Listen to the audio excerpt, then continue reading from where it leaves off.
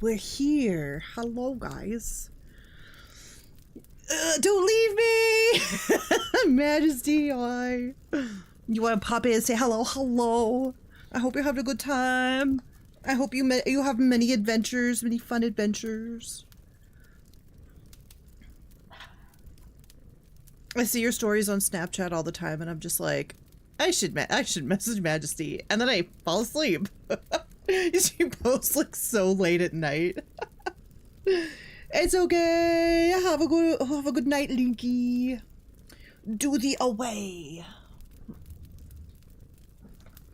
You might hear the dog whining more than usual because she is like just dying. I won't let her on the bed, and she's just losing her mind.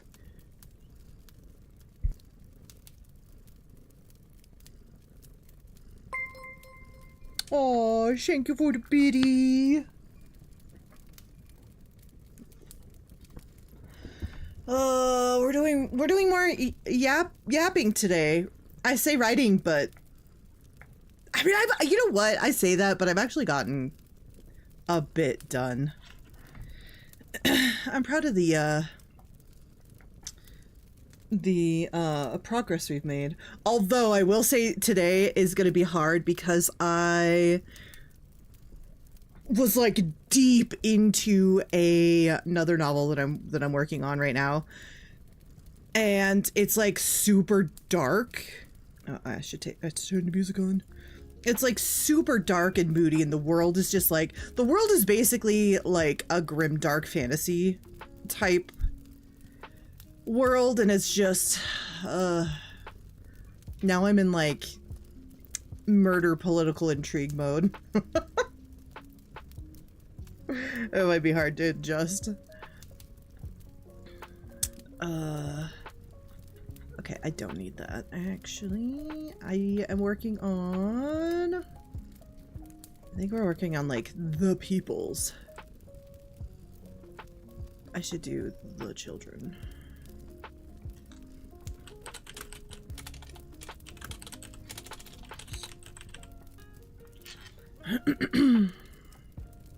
Oh! Boogie, no!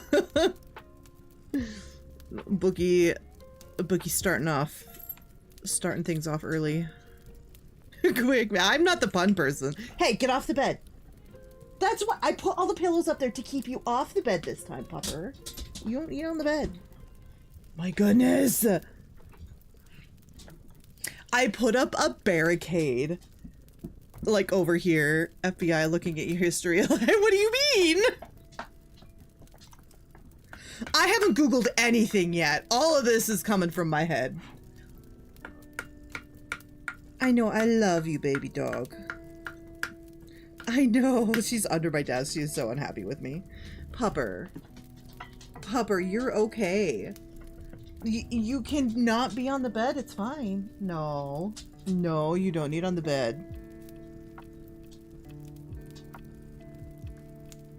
I have kicked Savannah off 3 times already, like before even stream started. She has been betrayed. This is true. Yes. Pupper, I love you. You gotta chill. Okay, we are working on the 3, which is like dragons, fairies, and elves. I know. I love you, baby dog.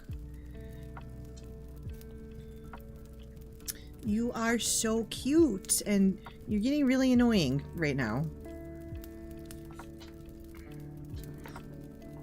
Also, hi, Rando! Did you already do the prom thing? What was it you were doing?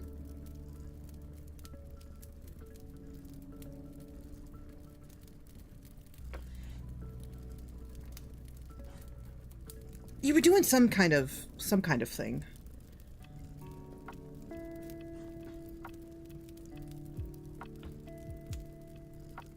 You did? How did it go? That was last weekend. Okay, I forgot. I'm sorry. Dude, I don't know what time is. I do not know what time is. You're cleaning now, I'm sorry.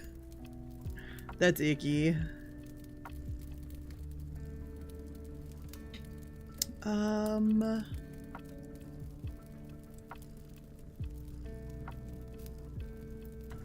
Do-do-do.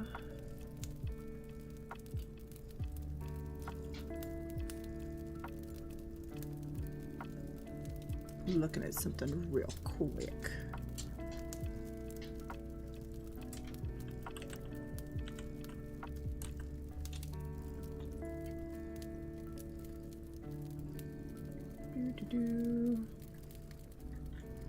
Okay.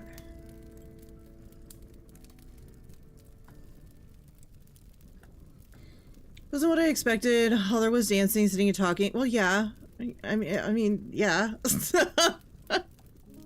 No, that's no.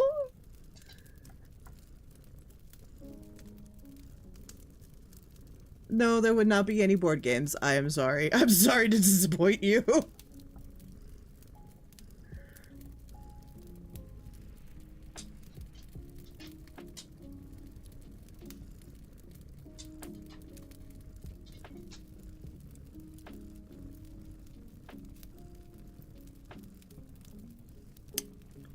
I don't remember what I was doing. No, it would not have board games, unfortunately. I wouldn't know. I don't think I don't think I ever went to, I didn't do any of that shit. I know nothing about any of that. I don't know what it would be like. I'm sorry. $50 a ticket? That's crazy. That's also probably why I wouldn't have gone. I don't even know if we had one. I don't even know if I had one. I just...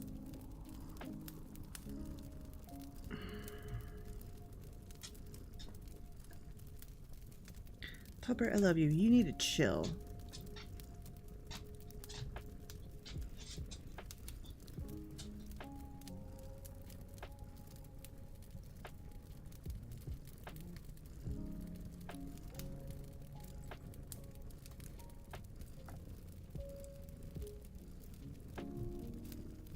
She just sat here, like, licked my legs and then ran off. Like, what the fuck?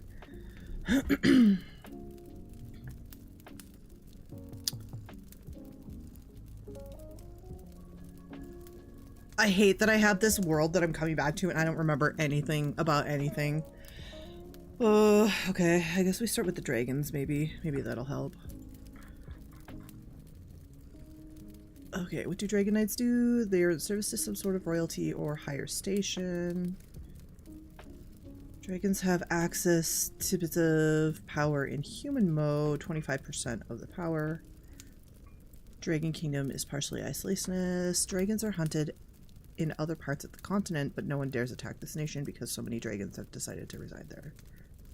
Do I have a map? Oh, I do have a map, yes. Where was... Hello? Oh.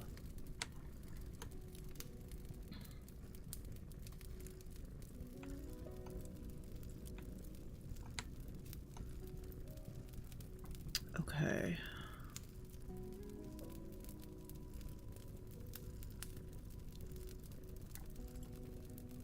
So where do they live?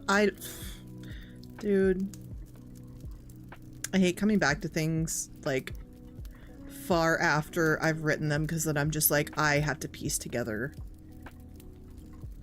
a puzzle. You know what? I should probably just bring up the actual big image of the map.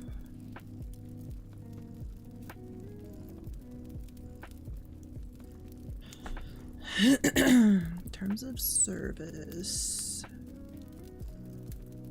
Oh, wait. Oh, I think it's on my hard drive. Fuck. No? What did I do with it?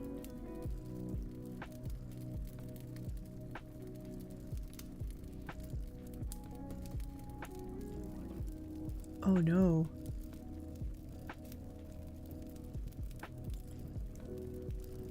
Oh, there we go. Okay. Whew. Put that there. No! Stop! Fucking... God damn it, Windows. I hate you. Nobody...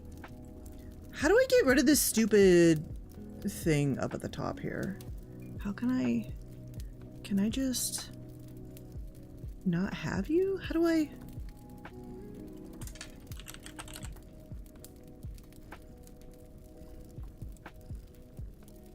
Can I turn it off? Hi, Aaron. Oh, we should probably start a little timer here. In 1 minute, I'm gonna start a 20-minute session. Actually, probably less than 30 seconds, I'm not gonna lie. Yeah, like 10 seconds, I'm gonna start a session. If you want to write and do co-working, if you have things to do, I will start timers so you can work in little chunks. Yay! Chunk 1 started. Feel free to work as I try to turn off this network nonsense.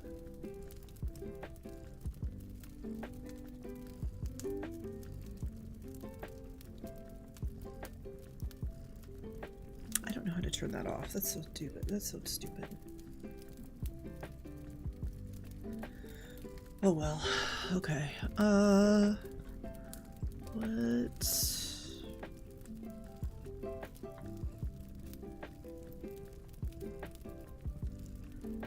I am unsure where the dragons are supposed to be living. Okay, have a good night, Rando. I hope you have a fantastic evening. Enjoy your night. Do that. Do dragons eggs? I don't know what they do.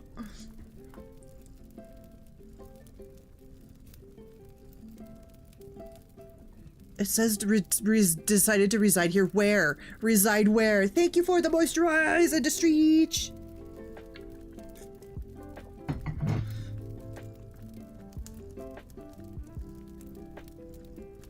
Ugh.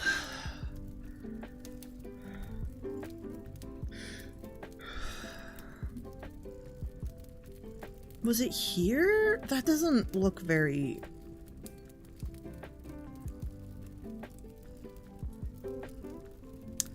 I feel like I need to... Maybe they live there. I don't remember. My God. Okay. You know what? Maybe we'll change things a bit. Since I'm starting from scratch, I think I might change everything. Okay.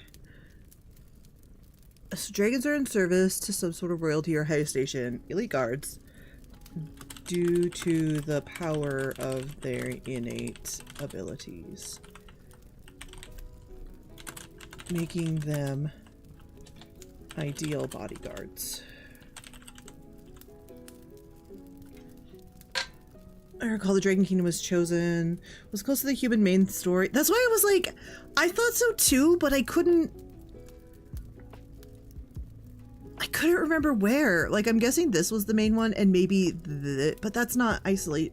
I don't know.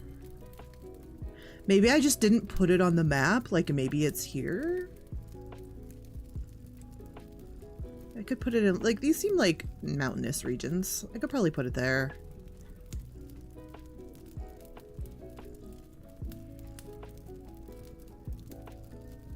I might have to do that.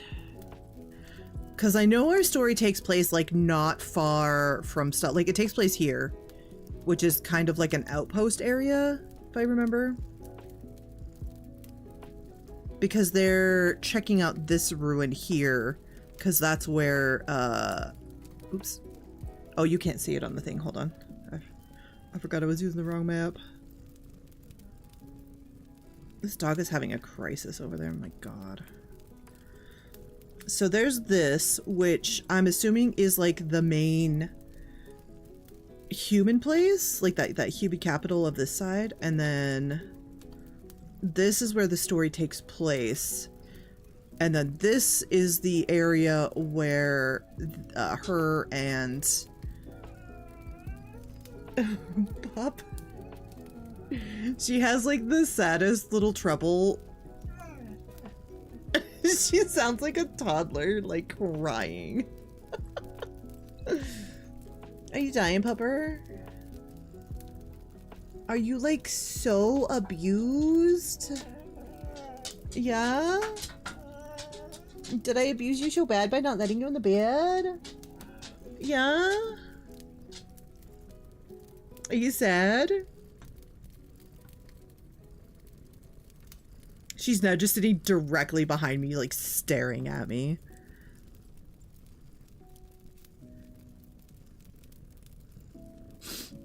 Yeah, maybe this part here, if I can remember. This part here can be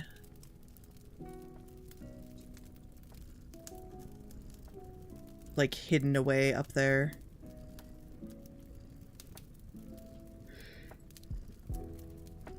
Because I think that's when those mountains start to turn into like snowy mountains or something. Are you dying, baby dog? Are you the most pitiful ever? She is. Pity her. How dare you? How dare you? For the... Wow.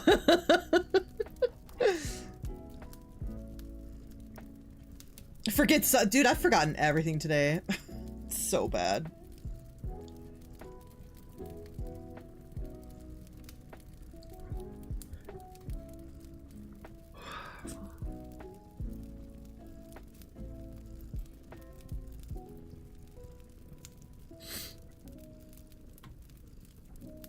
You know what? I might change things around. Just covering some of the basics.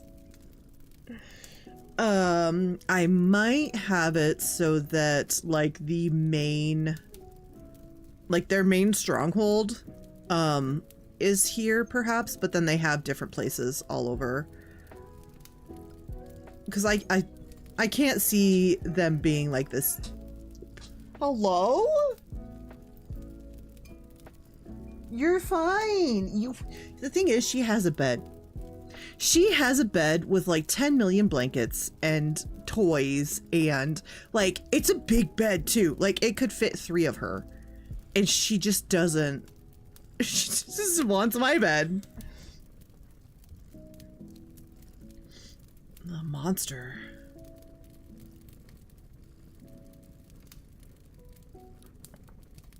Okay, young dragons turn into dragons under high stress. Older, more experienced dragons can transform at will. To turn back, younger dragons must find a way to relax or sleep. Dragons under human middle school age must attend special schools in order to be taught how to be human and dragon and control their emotions.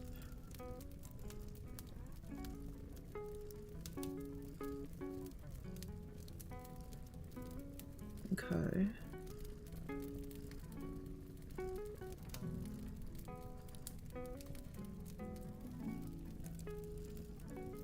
Dragon lines have 3 main lines that try to keep their powers pure.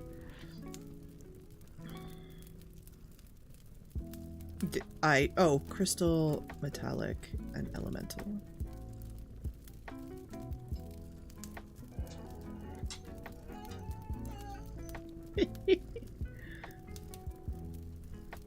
Baby dog, Savannah. I didn't get off the bed. I did not tell you could be on the bed, Pupper. You turd. Taking liberties. You don't need to be up there. No. Come here. Come here. Come here. Come here. No, come here. Come. Okay, fine. Then don't. Yeah, come here. Come here. I will pet you. I will give you some comfort because you feel like you have been, like, it's a personal affront to your pupper nature that I will not let you on the bed. But I assure you, You will get to go back on the bed tomorrow. After breakfast. And after I'm off the bed. Okay. Okay, yeah, no, don't look at him. I know. It's okay. It's okay. The world is hard when you're a pupper and you're kicked off to bed. It's okay.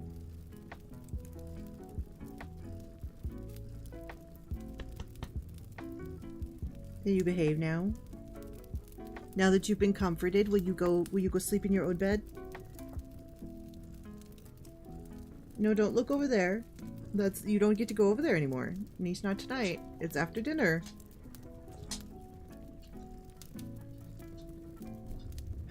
Such a brat.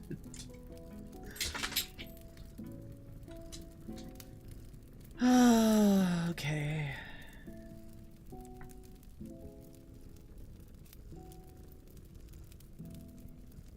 Power expression. What was I think the expression was just what they looked like, right?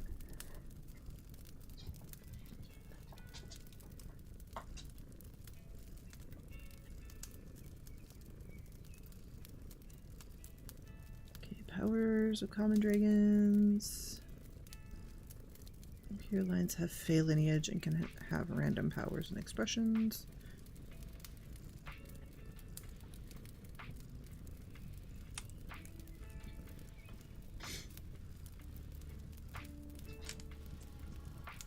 Okay,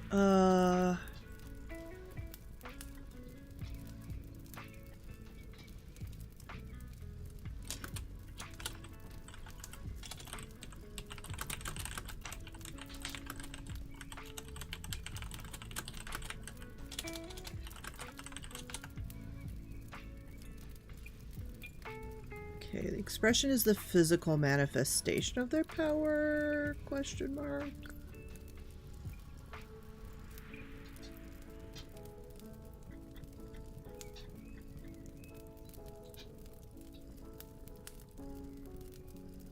Oh, I guess I put that in the wrong spot.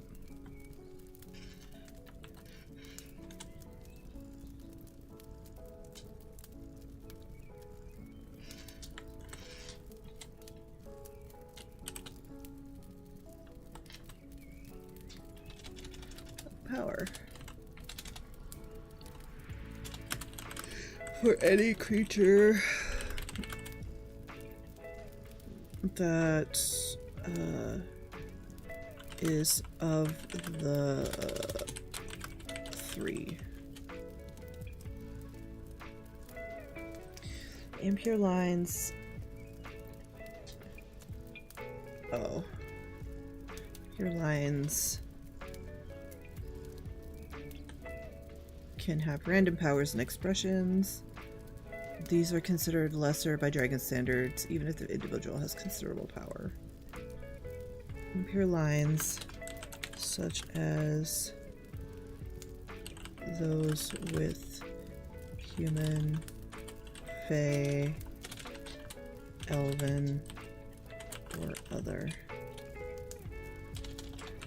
blood, can have random powers and expressions. These are considered lesser by dragon standards, even if the individual has considerable power. Okay.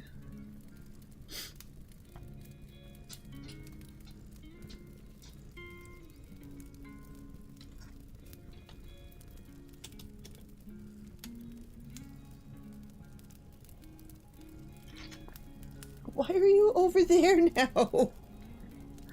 This fucking dog.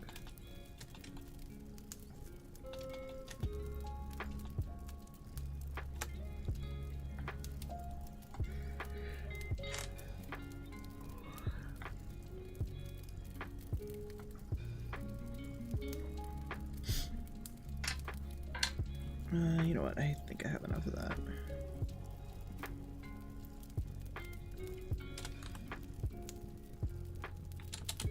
Eries often take on the appearance of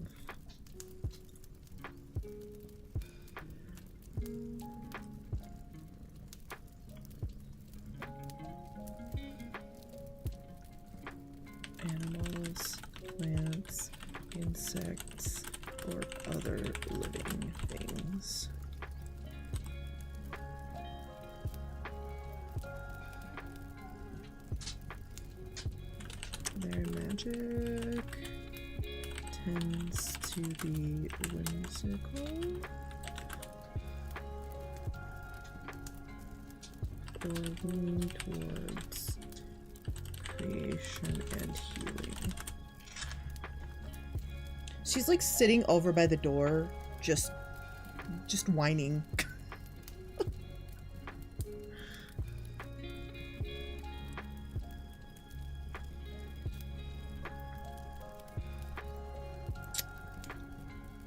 You know what? I think I'm gonna work on the outline a bit. I need to skip around. Okay, Vivia cleaning while Sari is out at her school library. She gets so upset she ends up throwing her cleaning rag at the door, which Sari then walks through and is pelted in the face. Insert argument. Once calmed down, God, I can tell I wrote this so long ago. Once calmed down, Sari tells Vivia that she heard her teacher about a spell that had some spell.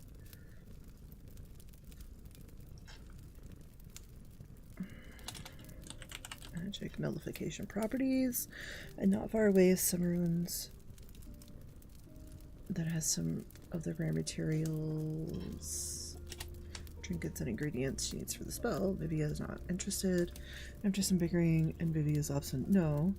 Sari orders her to Sari orders her to escort them to the ruins, and Vivia is forced to go. They get ready to head to the ruins the next day, and Sari leaving to gather some supplies for the journey.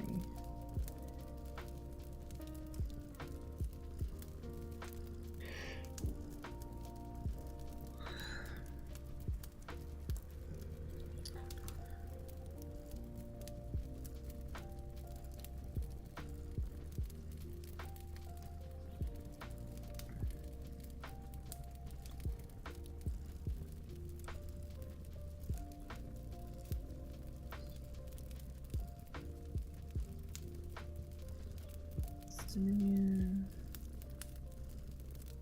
Vivia visits her family.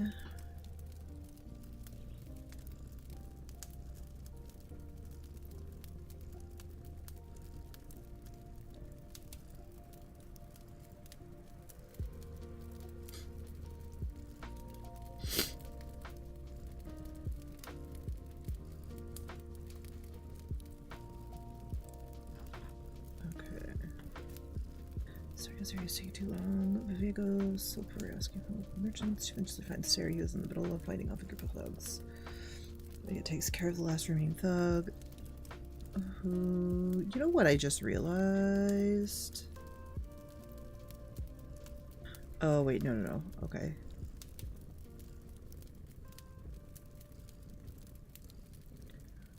Sari insisting that she can take care of herself. They agree to get supplies in the morning instead before leaving. Next day, Sari is nowhere to be found, and Vivia assumes that she has left earlier and goes to look for her. And through the same alleyway, they fight again, eventually moving all the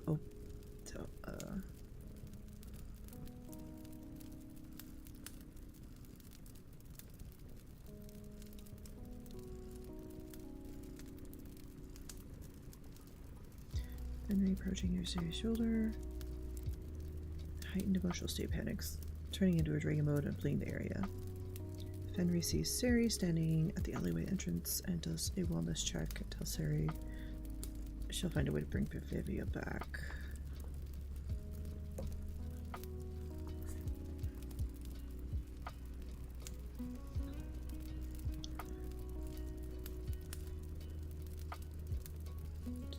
Explain about this film. Henry begins to get annoyed as both girls try to talk over each other. Grabs both Vivia and Sari to calm them, who then get even more upset. Sari jerks out of Fenrir's gas, but Lily accuses Vivia of being untrue. Vivia's outraged, but Fenrir coolly regards Sari. But after a few minutes of words exchanged, Fenrir and Vivia. Oh my god, this whole plot is a mess. I can't. Oh.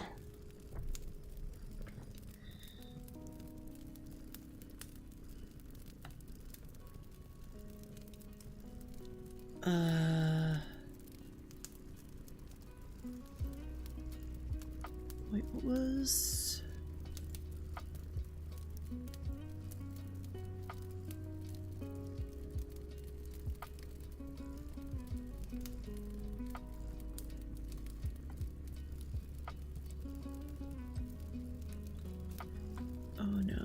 where are the details for the...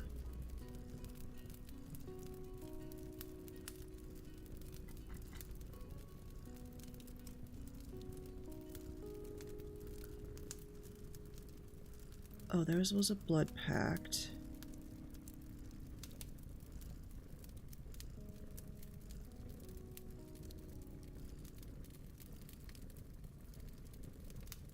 Okay. I mean, I still, like, I have...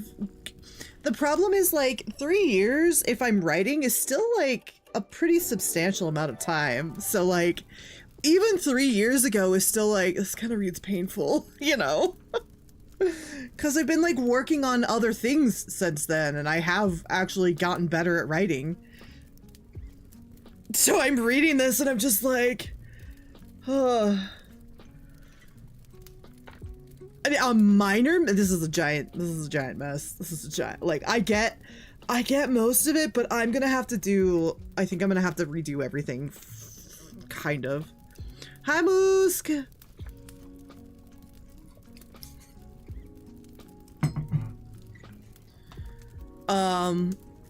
My note-taking, it was apparently just awful. Like... I might actually rewrite the outline somewhat. I almost want to work from scratch. I'm gonna be honest.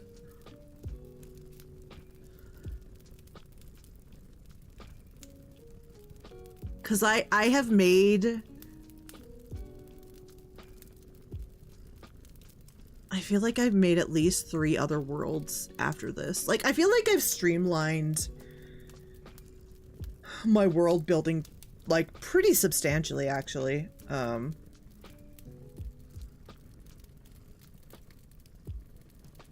actually my plot, my outline building. You hear that, writing peeps? Never finish your work, as you can always improve your skills. Just pick it up every few years. No, don't do that. Actually, I highly advise not to do that, because then you're stuck in this mess where you're like, I gotta redo everything because I don't know where I don't remember what, I don't know. I don't remember. How do? It sucks. It's terrible. It's terrible. I highly I disapprove. I disapprove of that.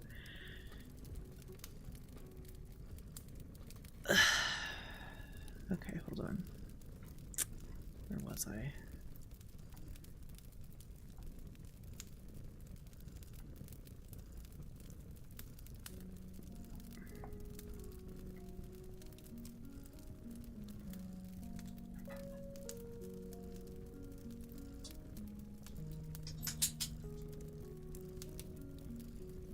I think...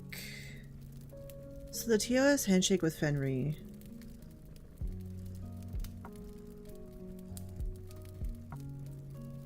Stop! Don't do what I do!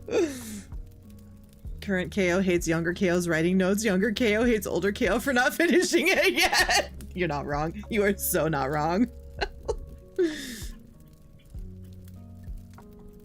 You are very, very, very correct. Hello, an Eskimo!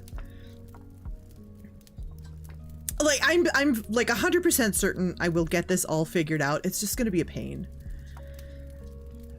But this is why I have a little bit more of an ordered, like, world building. Like, it just, You're in a hotel? Why are you in a hotel? Is it for work? Are you in a hotel because you have to do work things? That's unfortunate.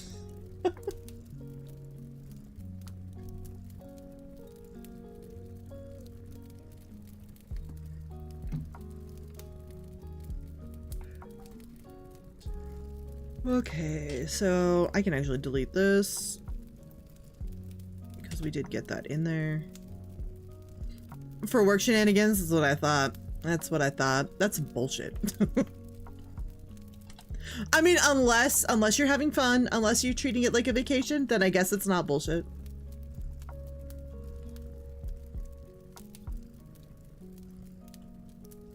I don't want to hear it, Moosk.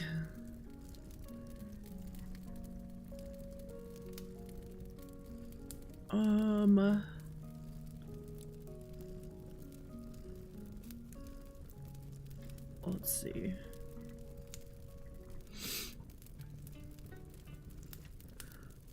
Okay, first thing is Vivia cleaning.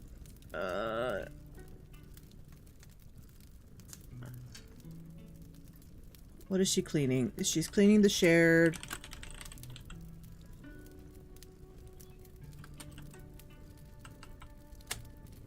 The room oh, writing! Time to write! If you are done with your break, time to do 20 more sessions. Oh my god. 20 more minutes of a writing session or working session or whatever it is you're doing. Isn't too bad. The drive was a little unnerving going into Nashville, but I survived. You survived! That's the important part.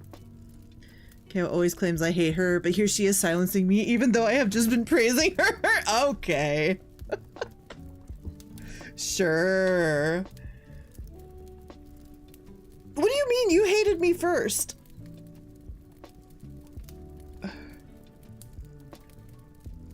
You've always been my biggest hater. I don't know what you're talking about.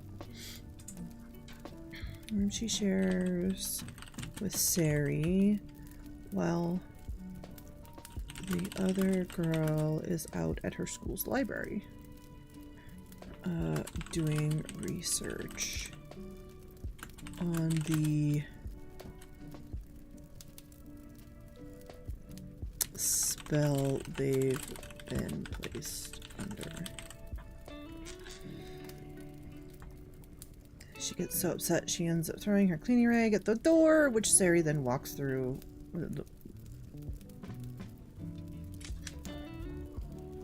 Sari walks through. Just pelted in the face with the rag. Insert argument. I love the, like, just this. I'm always like, do this thing. Use this, just do the work. Go make up an argument. Let's calm down. Sari tells Vivia that she heard from a teacher. Would a hater be your #1 watcher? I mean, you say that, but there are people. There are people in the world that do that. Let's calm down. Sari tells Vivia that she heard from a teacher about a spell that has magic nullification properties. A spell or an object? No, it's definitely a spell, like incantation. And not far away is some ruins that has some of the rare materials, true goods, and ingredients she needs for the spell. Vivia's not interested.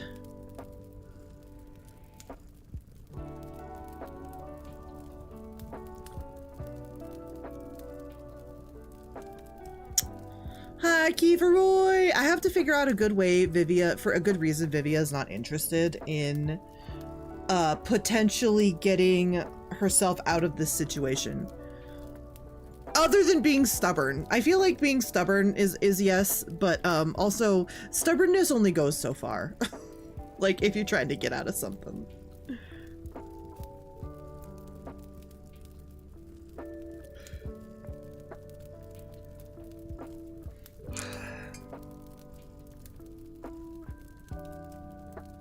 Ooh, lurking to be needed. Okay, hope you have a good night. I haven't even gotten you canceled. That's because I don't fully read out all your comments.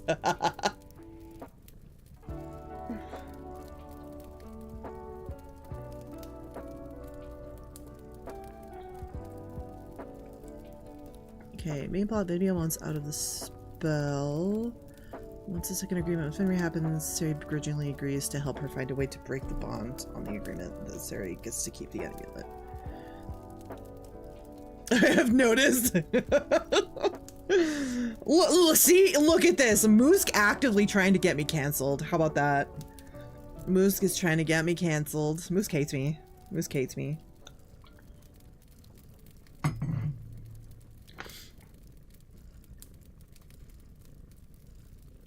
Searching in her school's library and old archives for information. Vivia talks to her supervisors as well. Sari tries various spells and potions, but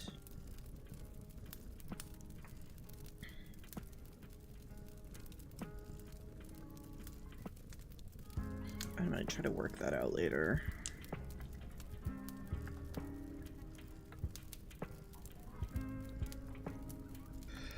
Actually...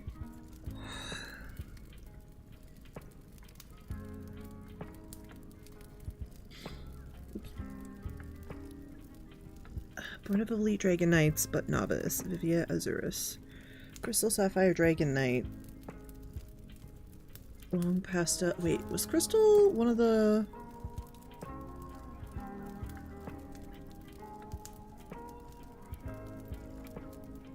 Yes. Crystal Metallic. Okay.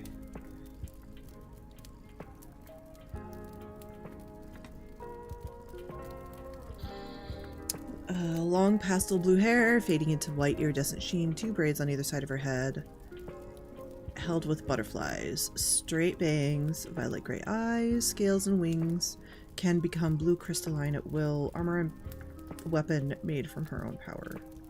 Large chest! Zweihander. Outer layer made of... you know what? I did design this character as a nightmare to draw. I might go back and like... I might go back and fix it.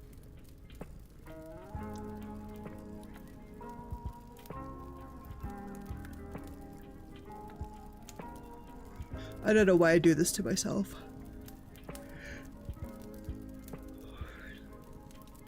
Outer layer made of crystal from her power, white and blue dress underneath. When her power isn't active, she wears metal boots, white trousers with a simple skirt, a corset with some frills, and a simple chest harness. I would say just a corset.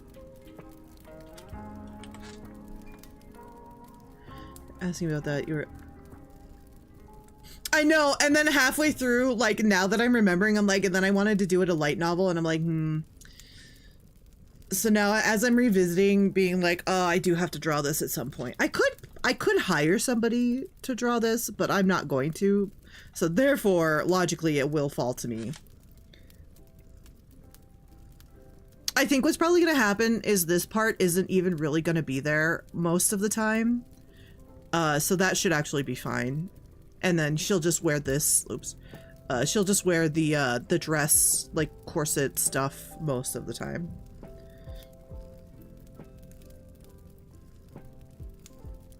I feel, because I think if I recall, the crystal stuff was like supposed to be armor when she's in battle, and it's like called at will, so it should be fine. Frills are a bit much though. I ain't doing frills.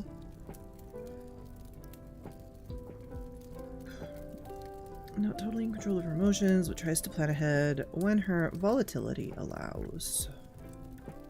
Quick to anger, but loyal and passionate about protecting her friends, her honor, and those around her.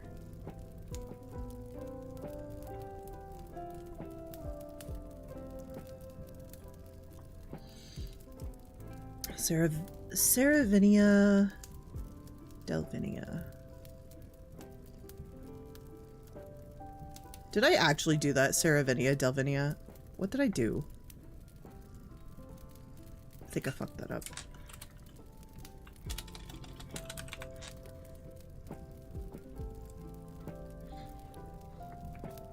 Or I think we changed something and I didn't follow up with the editing. Sari Delvinia. Did I? Oh, yeah, what? Delvinia. Hellebore.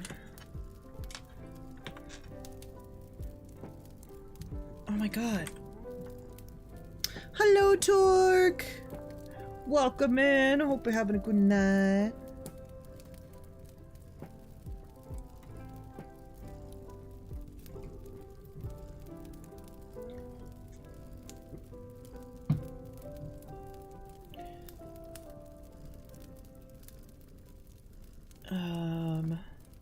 Oh, back from supper. What did you have for supper?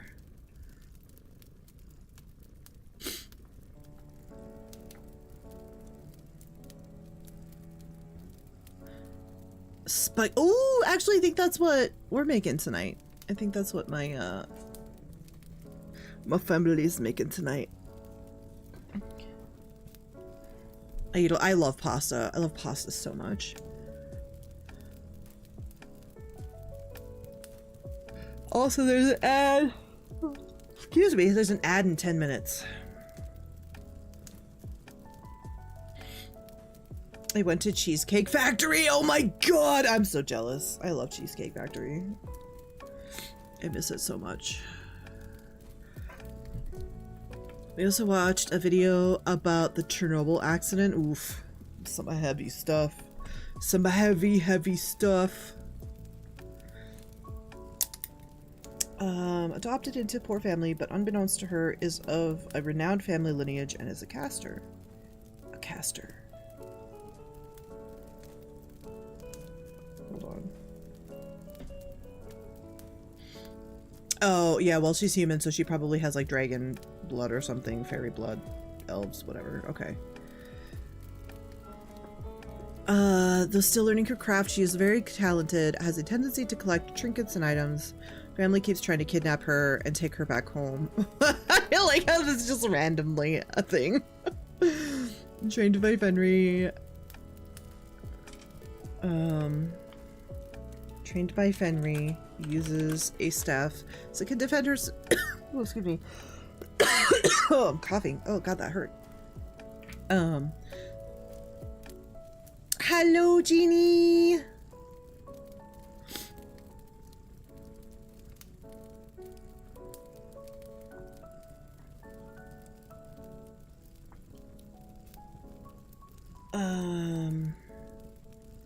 I hope you're doing good today. Family keeps trying to kidnap her and take her back home. Trained by Fenry, uses staff so can defend herself if need be, but is still physically weak. Choosing to hole up in her library and study instead of train. She has long black hair, right bangs fall over right eye, eyes are frosty blue. Part of the royal family of the Whitelands, has casters in her family lineage. Kind of in her own head a lot and tends to get lost in thought. It seems a bit spacey. Doesn't always plan things out very well because she's too focused on her ideas or the immediate task at hand.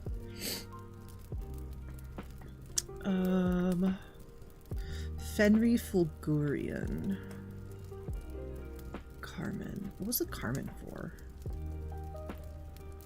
Hold on. Carmen.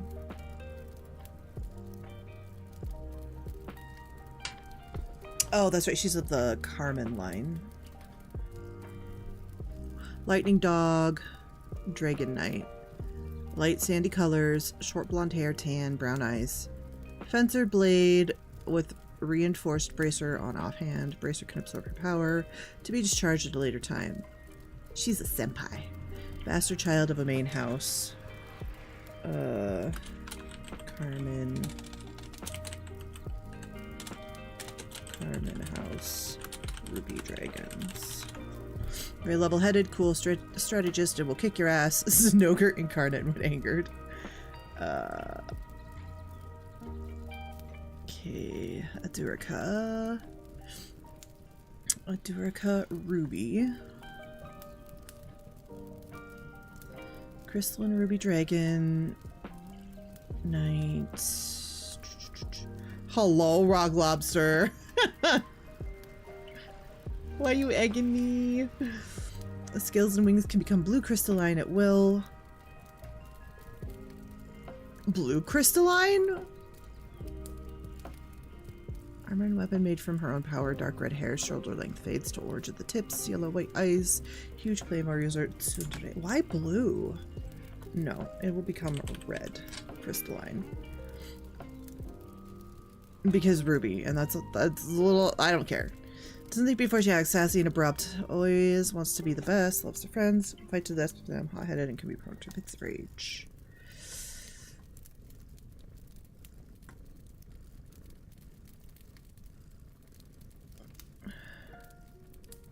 What?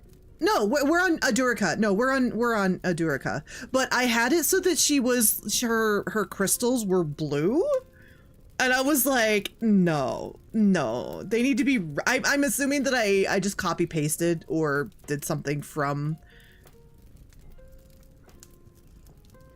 Yeah, but what I'm saying is like Adurica is a ruby dragon, and I had her shit become blue, but her stuff is red, and I think I fucked it up because I was writing for Vivia's stuff.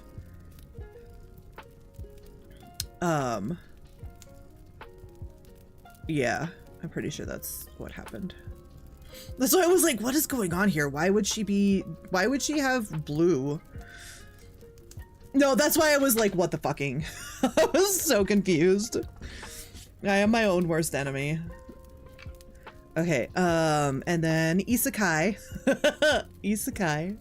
Wildcat, Dragon Knight. She doesn't have...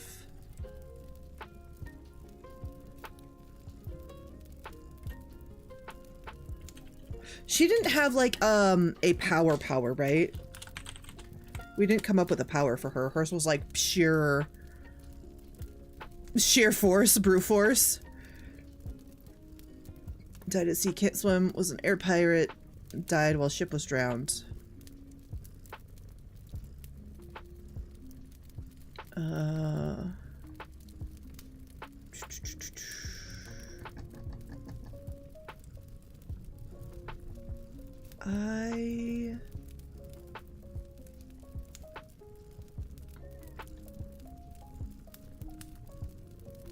Figure out a way to harness dragon power for bomb powers.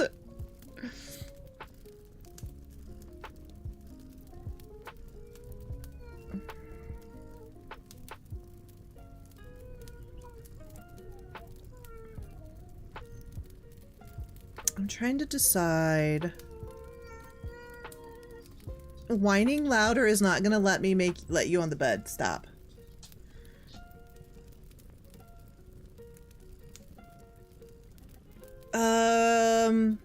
Maybe? I always figured Isekai was more like Edward from Cowboy Bebop. That's always what I think of when I think of Isekai. But like Ed and Klee merged into one, yes. I know, baby dog, you're dying. Clearly you are dying because I won't let you on the bed, right? Is that why you're dying? Come here. Come here. Come here. No, not up there. I'm patting my, like, I'm doing the sign to, like, jump up on my lap, and she's, like, trying to go for the bed. Dog logic. Dog logic. Why are you like this? You.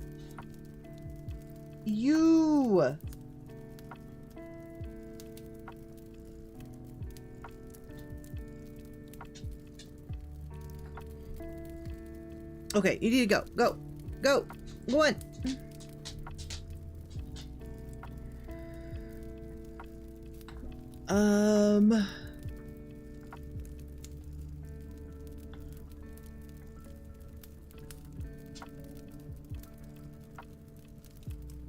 I might change it a little bit just because, like, I liked the pun and, like, the joke of it, but, like, for the story as a whole, it feels out of place.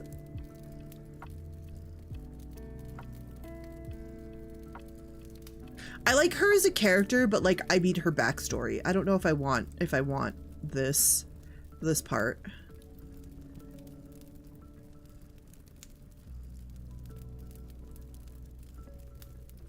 Because I could just name her Issei.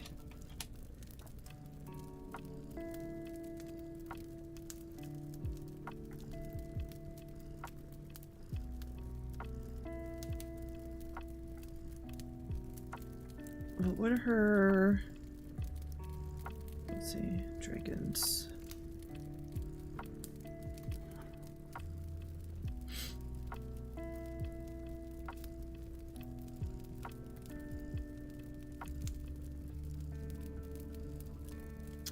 I need to figure out what a branch would like if what a half-breed dragon would be.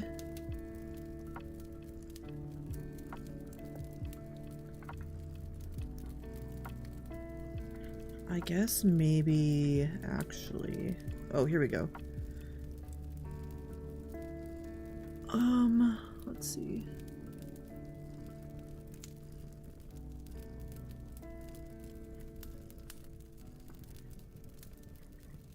What would it be called?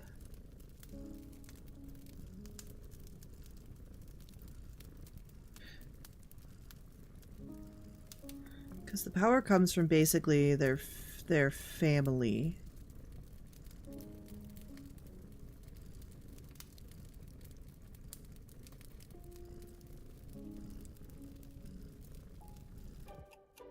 Ooh. Long break for anybody doing some work.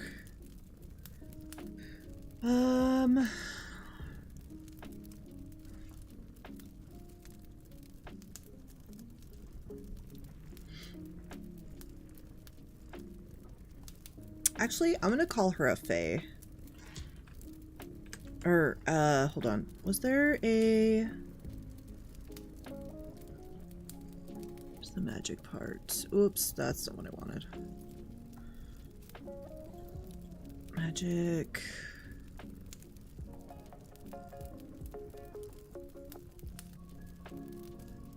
So she would technically be...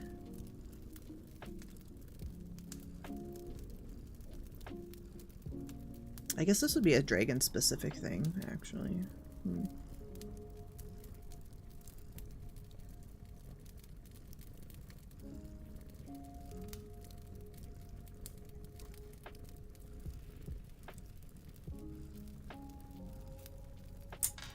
Okay,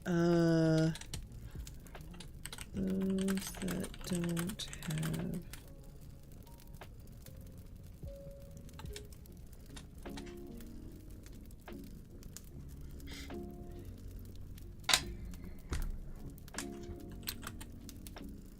are not full dragon and do not have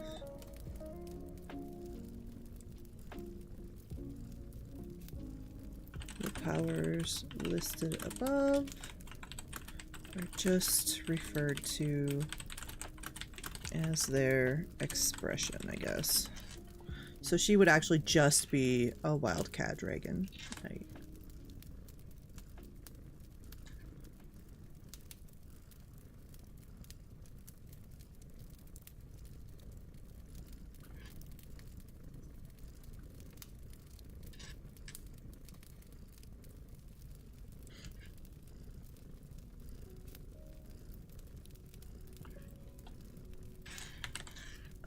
We'll do died at sea once.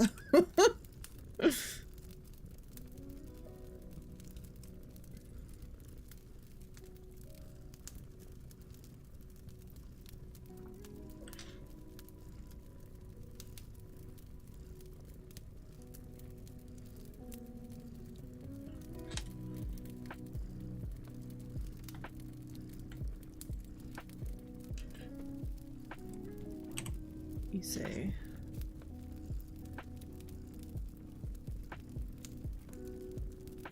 Just call her Issei Wildcat.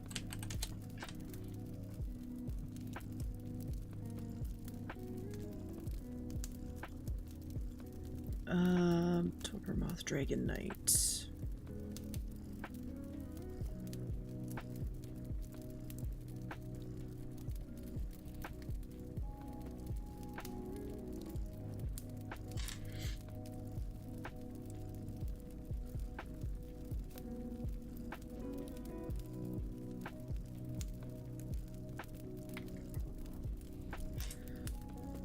Okay, I think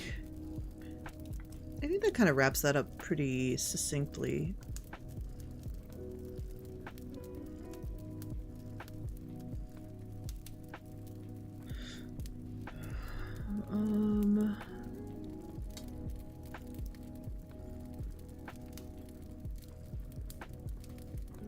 Okay.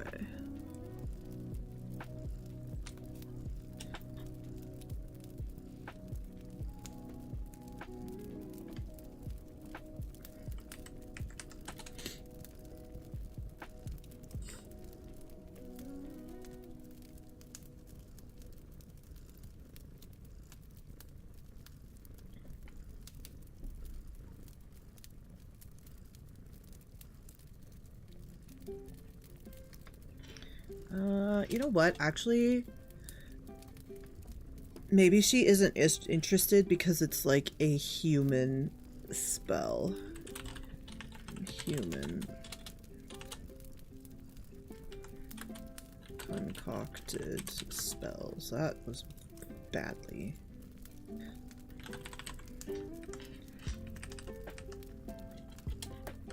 And wants to keep trying. Dragon related solutions. You live! Right, Pub was being an entirely new place. What? But also, ow! I'm glad you live! Well, also welcome in. There we are on a 4-minute break. If you have things that you want to work on today, we're still doing our writing sprints. Welcome to join us. I sort of just keep working through my breaks and taking breaks when I need to be in the middle of a sprint. It's okay. We're getting it though. We're getting it though.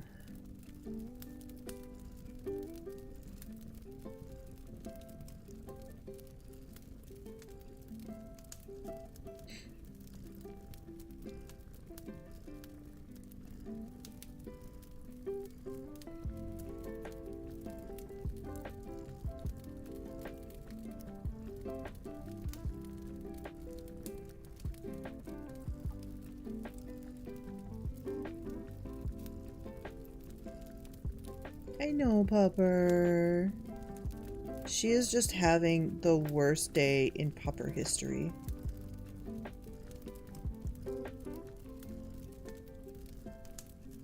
Oh, Pupper.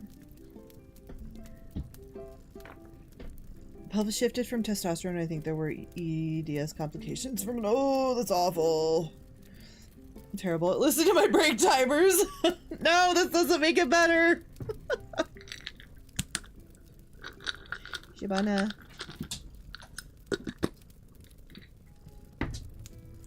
Come here, you monster. Alright. Pupper's got bones, even though they're bad and don't need them. Alright, I will take a break.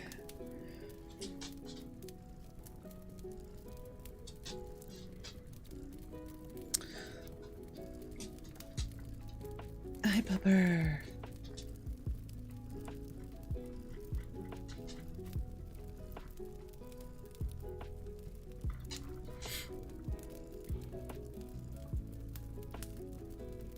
Puppers always need bones. They deserve them for the cuteness. She's not being cute. She's being a whiny bitch, actually.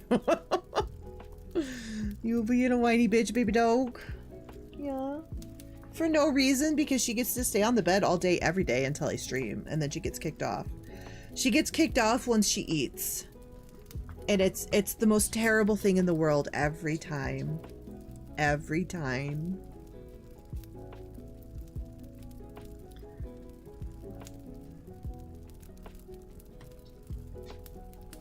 I know, baby dog. I know.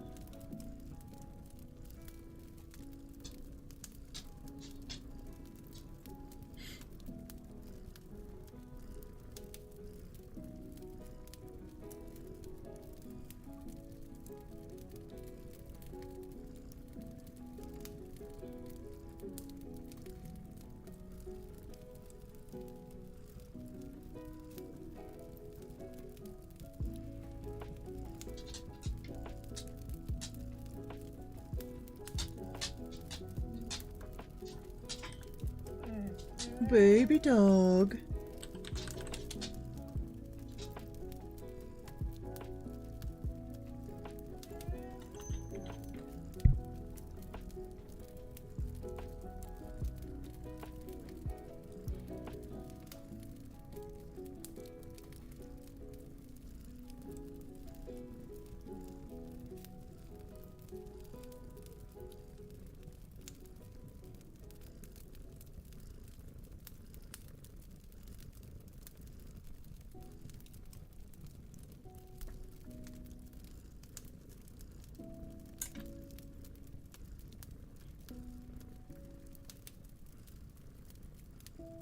17 seconds left.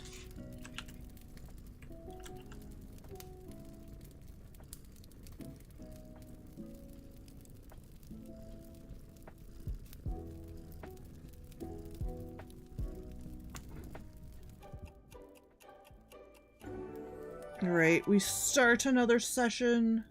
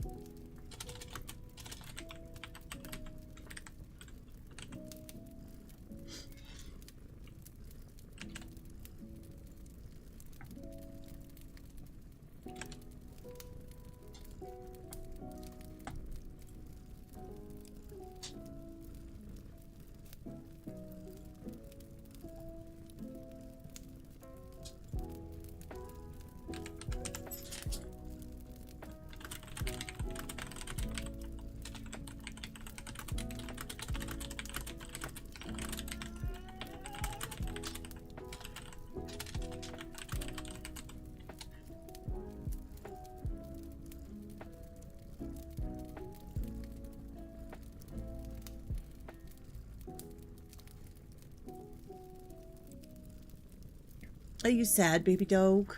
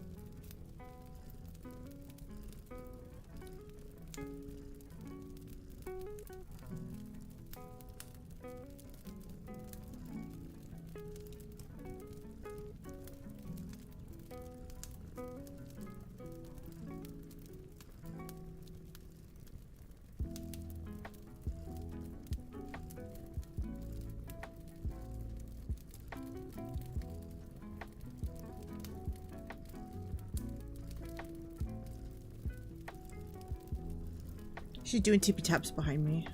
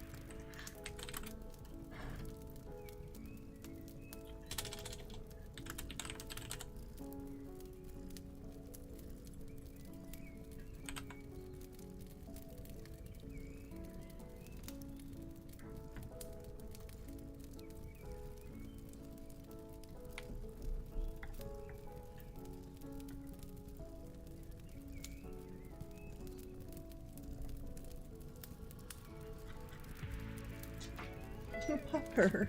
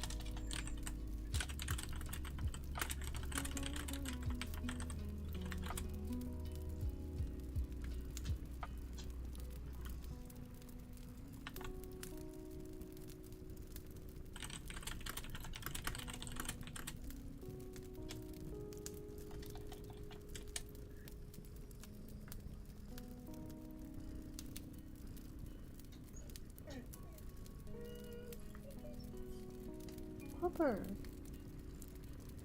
She's so heartbroken.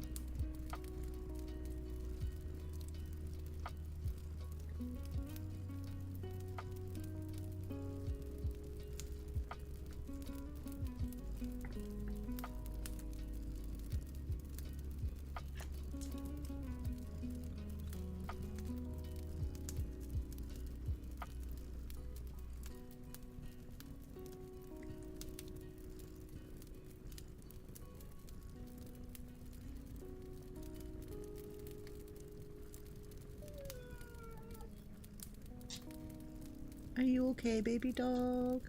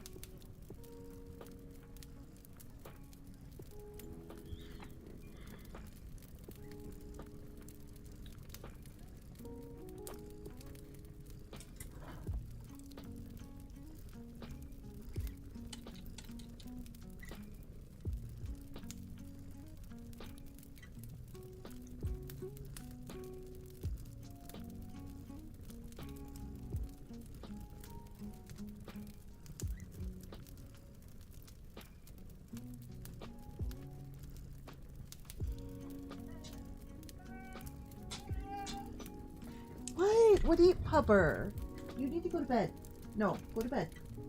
Go.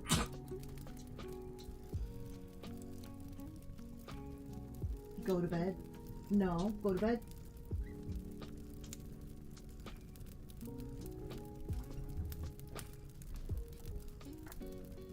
She's being very bad. Okay.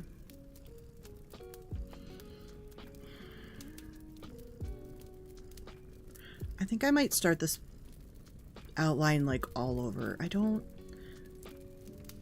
That's not really doing it for me. Like,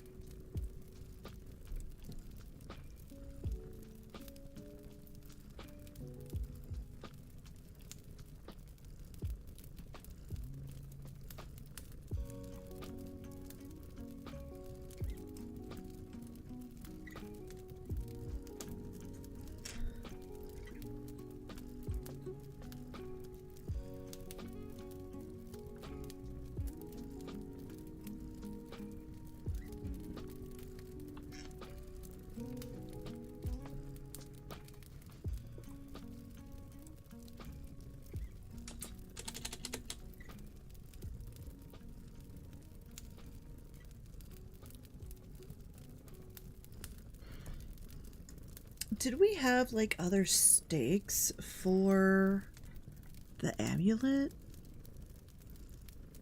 I think.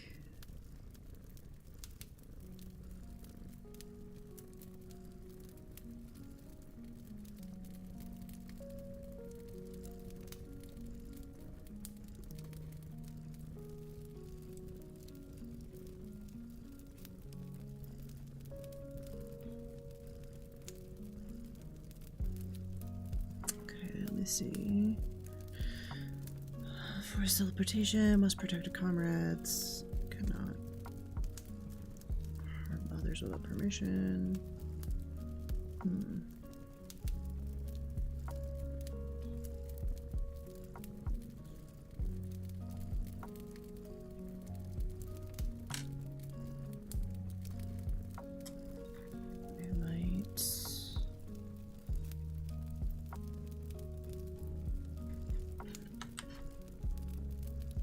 Put this under the artifact.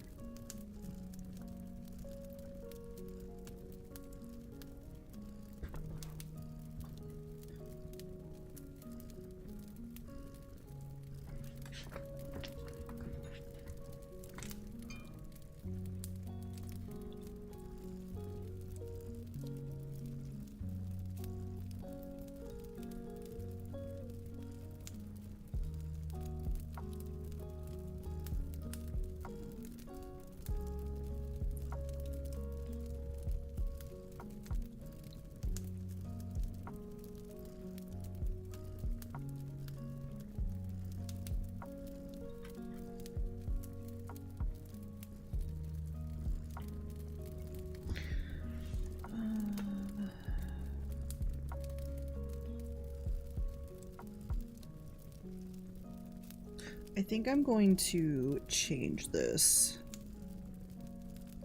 'Cause I don't think she would go looking for Sari. I think Vivia would just be like, well, she can get eaten or whatever. But the amulet is like, no, you must protect your master. And so she's going to be taken right.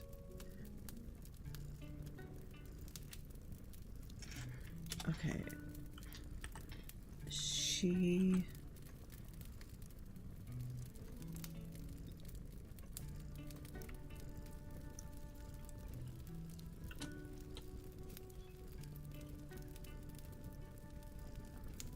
leaving to gather some supplies for the journey. She finds... she is relaxing. No, it's a break! I don't want to!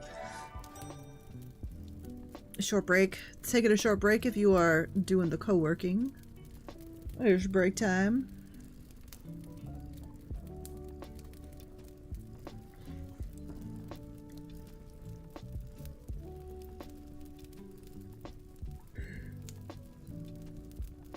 Ooh, excuse me.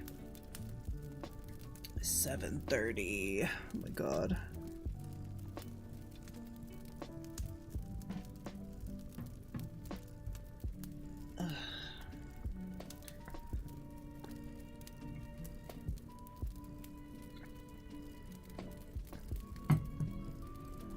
I will probably end at 9 o'clock today because I need to get ready for work tomorrow. I have been trying to like sleep a little earlier too, so we'll see if I can actually get to sleep on time.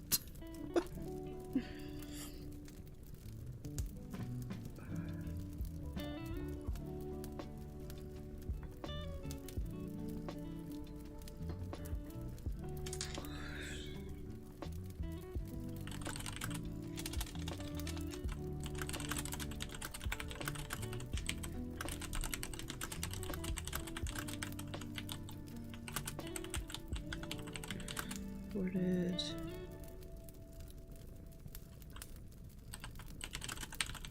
Of a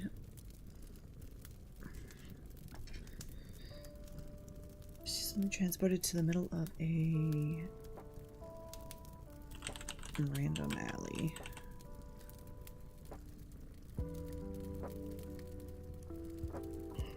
Ooh, excuse me. I'm probably going to be yawning so much until I go to sleep.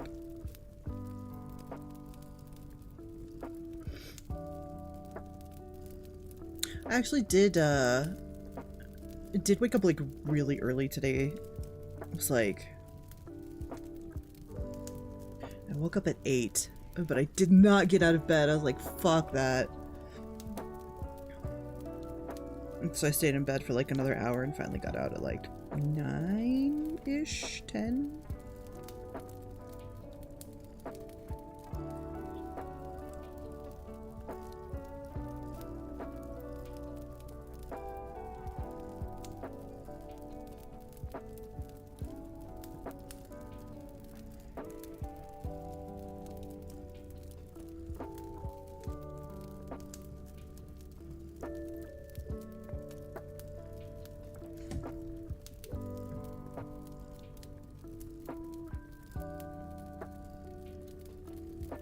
Oh, excuse me.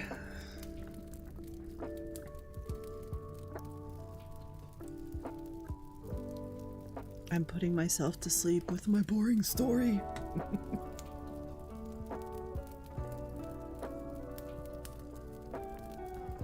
Actually, it'll probably be better once I start like writing it.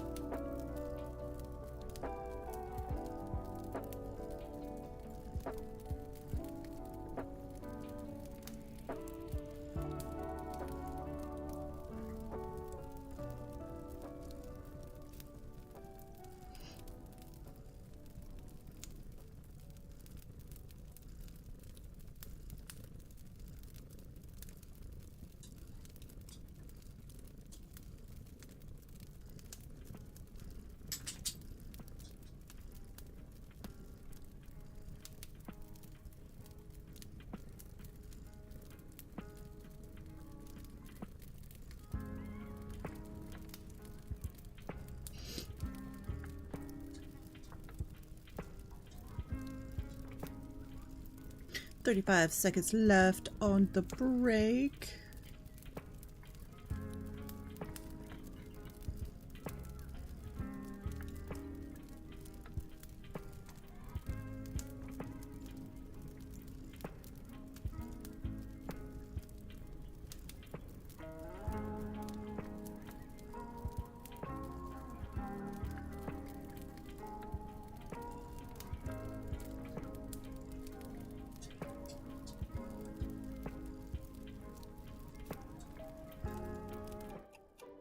All right, 20-minute writing session coming up. I say coming up as if it didn't just start.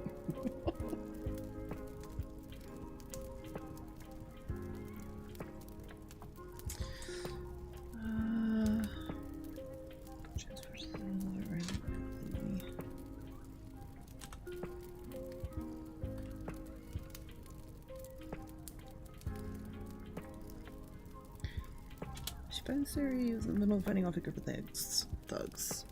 Takes care.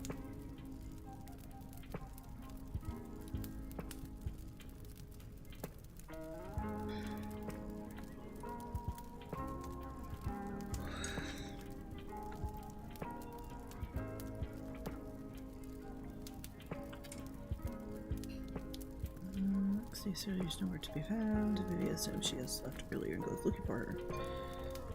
They find Yuri in the same alleyway. They fight again, eventually moving. Oh. Vivi finds Yuri in the same alleyway. Yuri.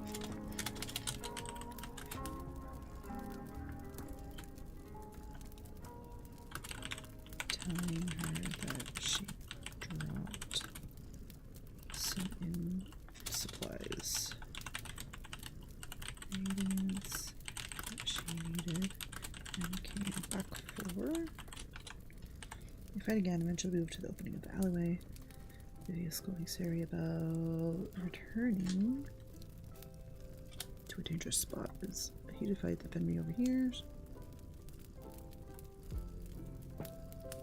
Vivi sees Fenry, who does not know about the spell placed upon her. Approaching over Yuri's shoulder, and in her heightened emotional state, she panics, turning into a dragon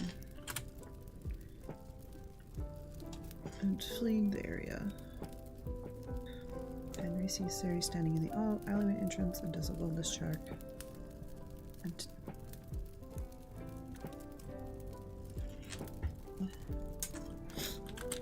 concerned for both girls. She tells Yuri she'll find a way to bring Vivi back.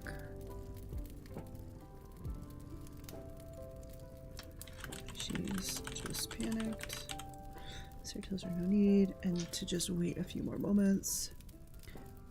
Vivi is immediately brought back and pops into view in her human form.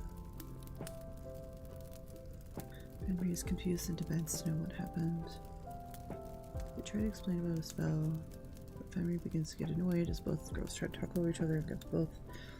Vivi and Yuri to calm them, who then get even more upset. Yuri jerks out of Henry's grasp and loudly accuses Vivi of being an untrained whelp. Vivi is outraged, but Fenrir coolly regards Yuri. After a few more words exchange,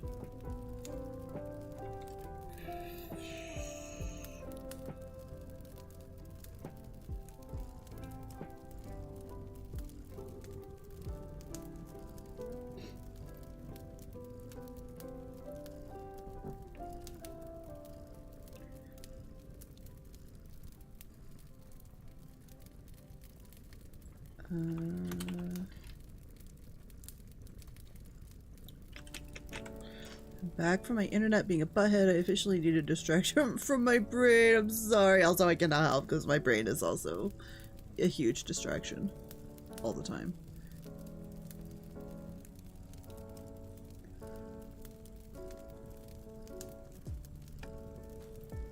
I need to get rid of these. I don't think these chapters are going to go how I think they're going to go. So I'm going to just get rid of these.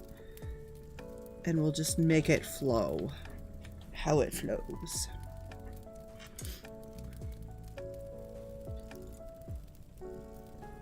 Well. SCB Longneck, nice.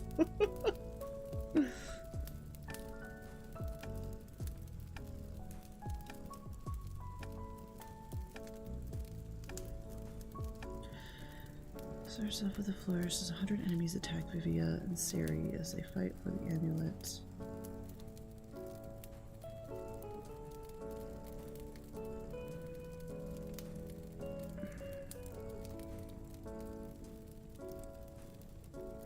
Behold, questionable content.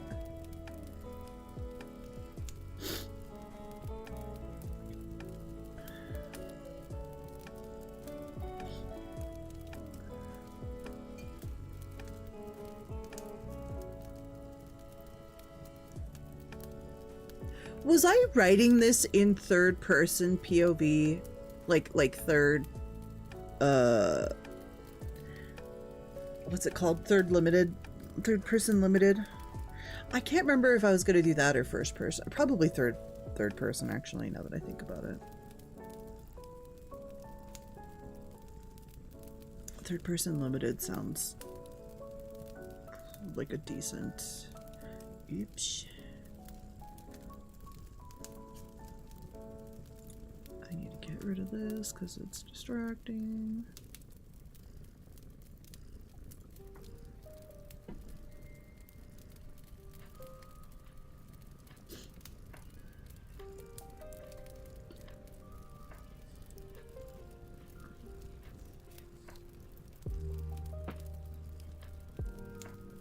Beauty is from Sari's perspective. Teacher presents a trip to the class about a voluntary runes expedition. Sari is one of the only 3 students to volunteer, and they set off for the ruins. They enter through what they presume to be a side entrance that serves servants previously used.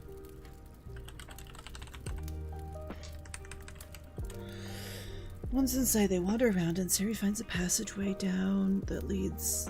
A passage that leads down underneath the structure.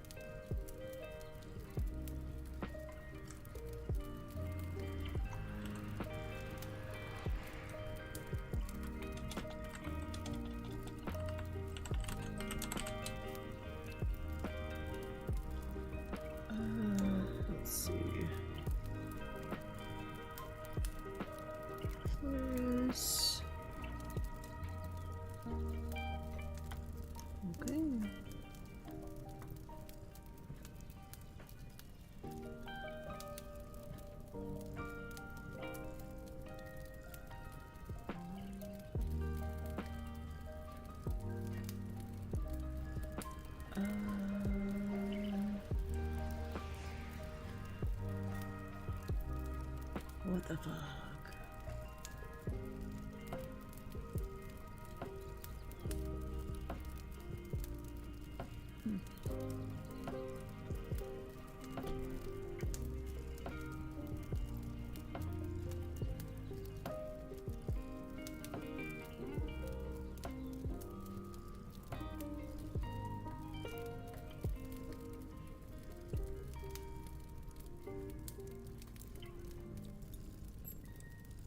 Properties.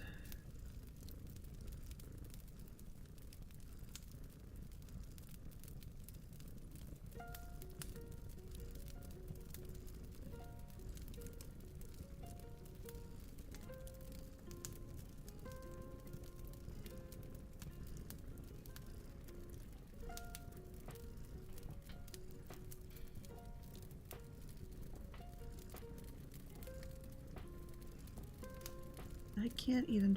What the fuck?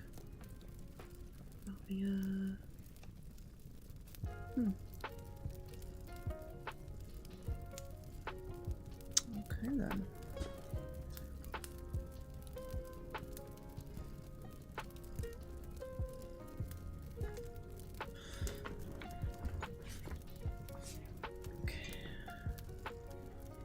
Sarah's student triggers a trap that manages to separate Sari from her group. She is driven deeper into the depths of the ruins. She enters the main room and sees the amulet hanging on a pedestal. She runs and grabs it. A rumbling sound fills the room. There's a hand on her shoulder. I really liked from Music Artist Discord. Died suddenly yesterday. Oh, I'm sorry. Well, we're chilling here. I mean, can you write something? Might help. I know a lot of people write when they have the big feelings TM.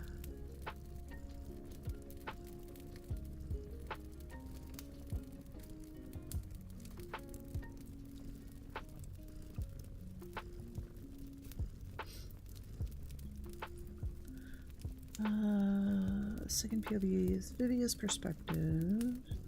Vivia is standing in the barracks listening to her superior take on a job that a noble promises will be worth a small fortune. Vivia isn't interested or impressed, but she's assigned to the task, and eventually they arrive at the ruins. They make their way down. They make their way to what is presumed to be the back entrance, and make their way down to the lower ruins. Once there, they pick their way through several corridors until they find the main room. Vivia sees a figure running toward the amulet, tripping a trap along the way. Both exits are shut, locking the noble on the other side of the room, and opening up several walls where giant stone golems exit along the walls behind her. Quickly launches herself to the other side of the room, behind the girl, and puts a hand on her shoulder and she drops it.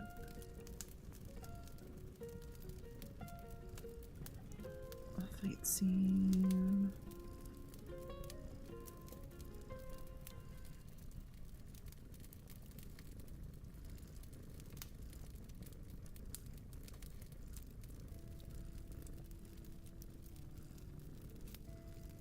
Trying to decide that. I think it's still in the numb space where there are no thoughts. No thoughts, only ice cream? Ice cream sounds really good right now. Actually, you know what? I'm gonna change it to... It is evening time here. Oh, well, I'm sorry. Makes you feel any better? I don't actually have ice cream either. I just want some. Ice cream sounds yummy.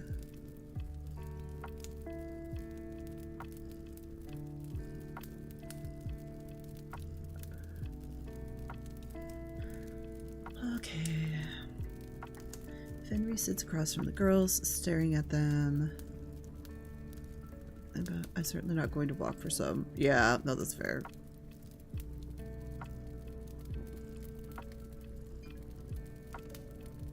You could mix Nutella and milk and have chocolate milk. Chocolate nut milk.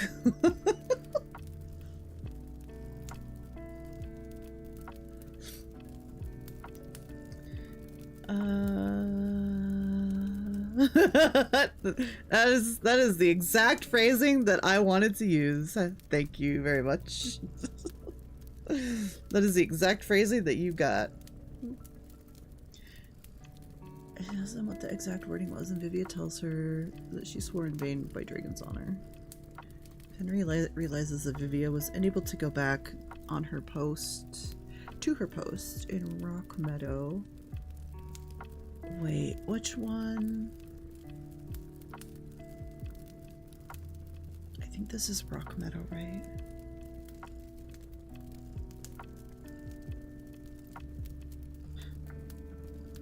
When's it Rock Meadow?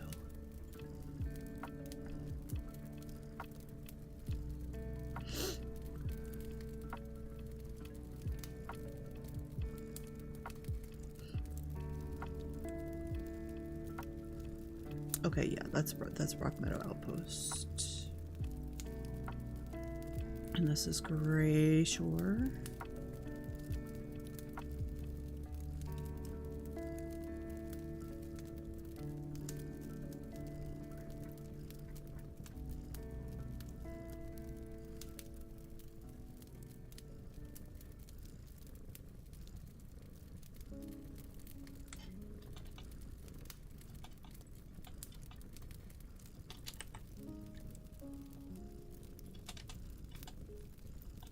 There's an ad in 10 minutes. It were.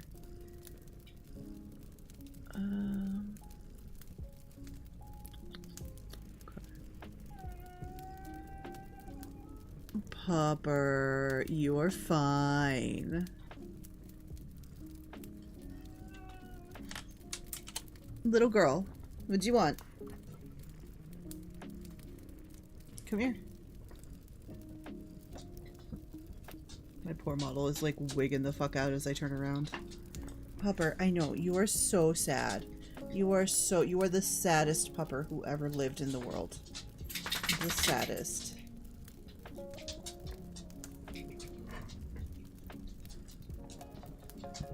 I know. You are the saddest pupper that ever lived.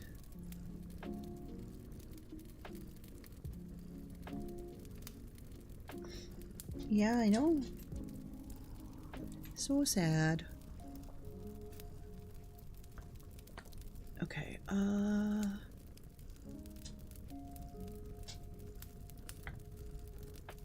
she realizes that she's unable to go back to her post in Rock Meadow after the incident with the amulet. She decides that they must find a way to nullify the spell and asks Sari all the things that they tried, all the places they've exhausted. The ruins held no other secrets. Sari mentions the nullification spell and Fenrir thinks for a moment before she smiles and tells her that while worth a try based on the power of the spell, she doesn't think that it would be undone by a normal paper spell. Fenrir offers to do some research back at the capital with a report back to the superiors. She says she'll make up a story about Vivia being wounded and still recovering in the port. In the port? Oh, yeah, okay. Hold on. Pupper. And while Vivia's pride is hurt, she tries to argue. Fenrir gives her a stern warning, and Vivia reluctantly agrees. Fenrir leaves, and Sari and Vivia are left to their own devices. Oh, okay. Mini adventures. Adventure 1. So they have 2 adventures. I guess actually I didn't need to do that. Hold on.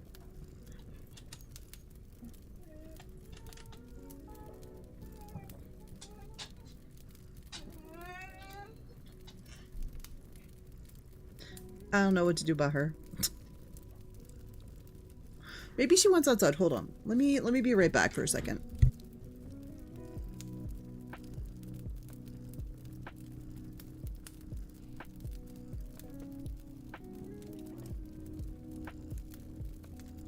Never mind. I asked her what she wanted and she went right for the fucking bed. So, never mind. She did not want that O-word.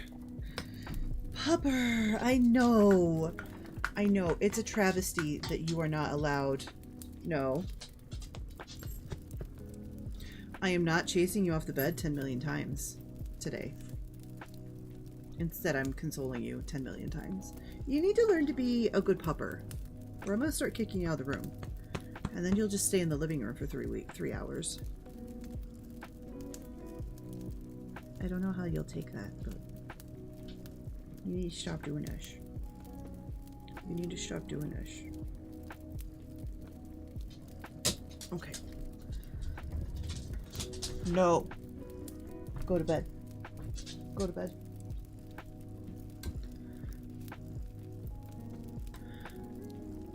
Okay.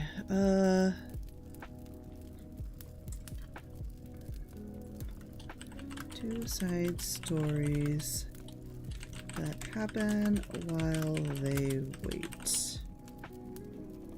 I will. She don't calm down. Okay, inside the port town on the pier. Sari is in the harbor to pick up. Why are they in the harbor though? Like, they're not even. So you don't even go here. I'm assuming that they are just here to pick up supplies. Sarah's in the harbor to pick up a shipment for her professor when she hears a noise off in the distance, hidden behind some of the higher stacks of crates and things. One of the lords is being threatened by a group of thugs that has been growing in power lately, and they've been getting bold, pickpocketing people in broad daylight. Like her previously. Vivia, watching from an alleyway, begins to walk towards the crates, but she's grabbed by some large thugs and must fight them off. And it's a long break time!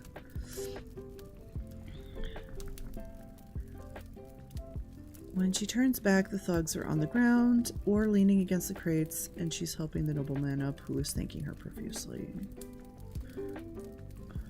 Vivia, watching, becomes more. Let's fight them off. When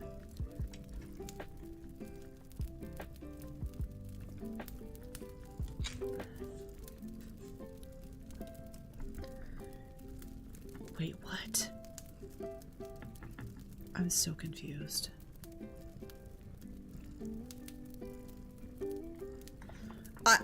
Okay, I'm gonna be real with you. The sprinting isn't necessarily for me so much as the people that are co-working alongside the stream. I try to loosely do the writing sprints and stuff, but I'm not even really doing any. Like, all of the stuff that I'm doing isn't really intensive at the. I'm using lots of brain power because I have to figure out what the fuck I was doing 3 years ago, but like, other than that, it's not. I'm mostly just reading and reacquainting myself with the story. So. The thugs are on the ground or leaning against crates, and she's helping the nobleman up, who's thanking her profusely. And Sari, I'm guessing it's Sari, is helping the nobleman up, who is thanking her profusely. He tells her that he is in her debt, hands her his calling card, should she ever need a favor.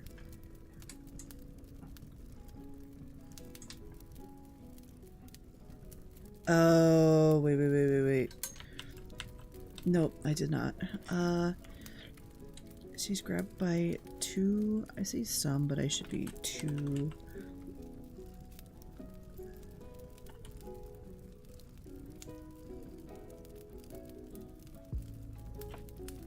Group of 8 thugs. Growing in power lately, and they're getting bold. Vivia, watching from the alleyway, begins to walk towards the crates, but she's grabbed. No. Yeah. 2 large thugs, and must fight them off. When she turns back, the other thugs are on the ground or leaning against the crates, and she's helping the nobleman up. So when Vivia turns back to Sari, surrounding them are on the ground or leaning against the crates, and she's helping the nobleman up, who was thinking previously. He tells Sari that he is in her debt and hands her his calling card should she ever need a favor. Vivia asks Sari as they're returning what spell she used, and she commented that she recently learned a spell from an old book called Lesser Torpor, and she hadn't had a chance to use it yet. She describes the spell and what it does, and prattles off a few other spells that Vivia ignores. Vivia shadows her as she drops off the crate, not trusting the thugs not to attack her now, and they head home. Unknown to either of them, he has ties to Hell's Hellbore and writes to the lady, the nobleman. Nobleman has ties to Hell's Hellbore and writes to the lady, telling her of a new fledgling mage who happens to be very powerful and bears a resemblance to the family line. Adventure 2. Outside the town. Involves Sari doing a gather quest for a specific plant on the shores for one of her teachers. It only appears at night when there's no moon. There's an attempted kidnapping of her. Later on find out she's from the Atharia Nation. Windspell. Oh, it's from the Atharia Nation. Windspell trying to take all of the mages. And Vivia's unable to catch up to her, but she gets teleported to the kidnappers and kicks their asses. One gets away, and they let him go. They make their way home. But Sari has still managed to secure the items that she was originally tasked to find, as well as find some additional components for other spells. She turns it in, but keeps some for herself for another spell that she just learned. A few days pass and Fenry returns. She tells them that the capital held no real information. The noble has ties to Sari's family in the south.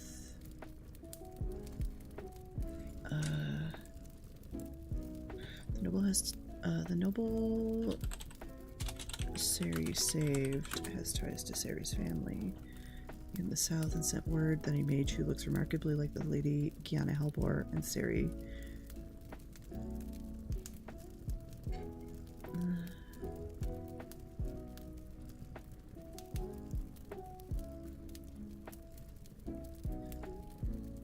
sent word to the family that a mage who looks remarkably like Lady Gianna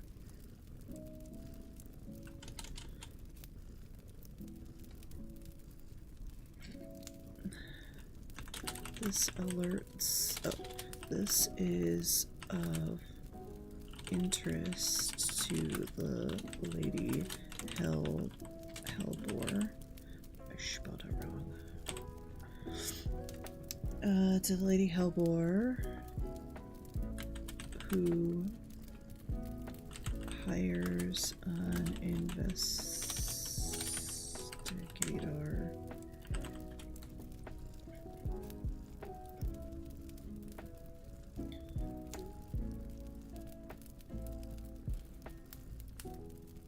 to research Sari.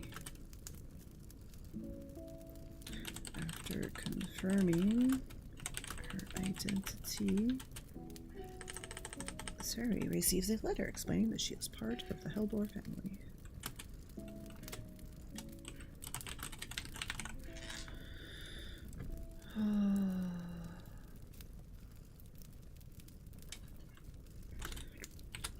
They invite her to visit, and she takes the offer. She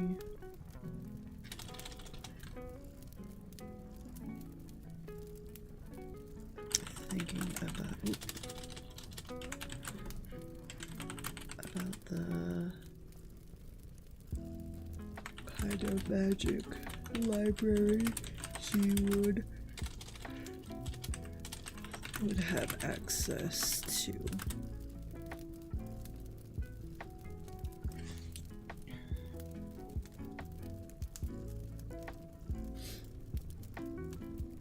And then I just went full TLDR.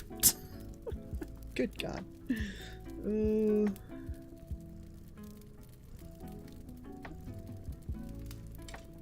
Okay, so this is where we got to.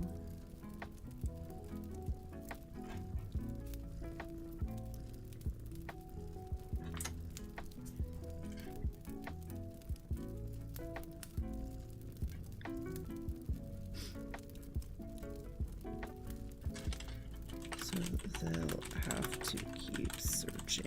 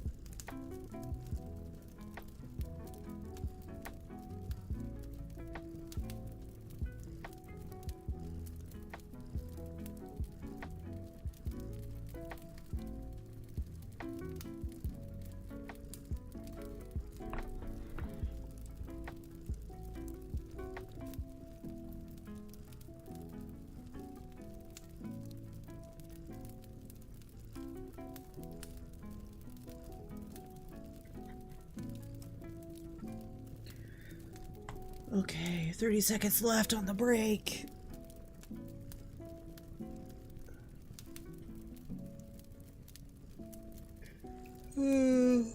Excuse me.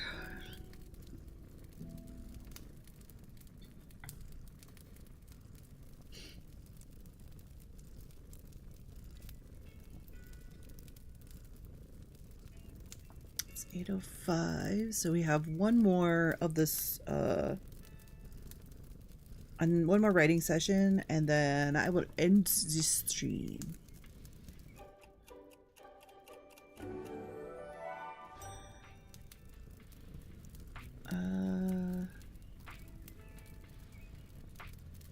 Okay, let's see.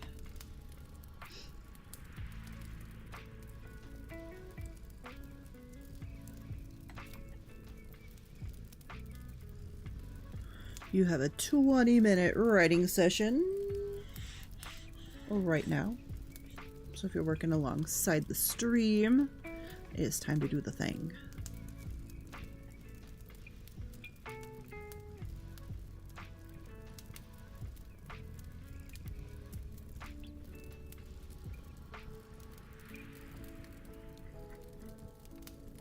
Why you egg me? Rude! Rude!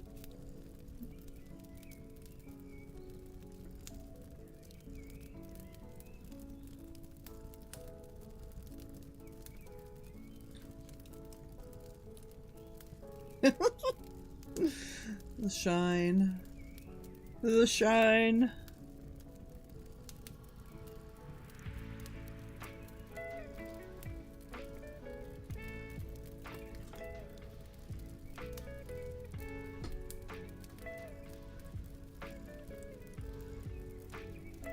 Okay, Sari visits family in search of a way to break the spell on the amulet because they're a high-ranking magic family. They have no answers for her and beg her to stay.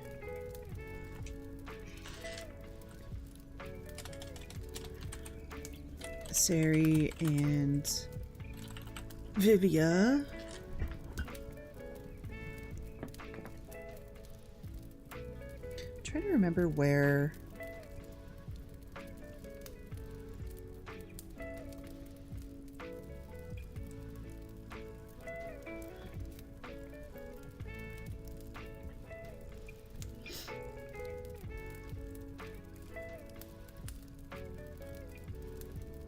Because I think Sari's family is human?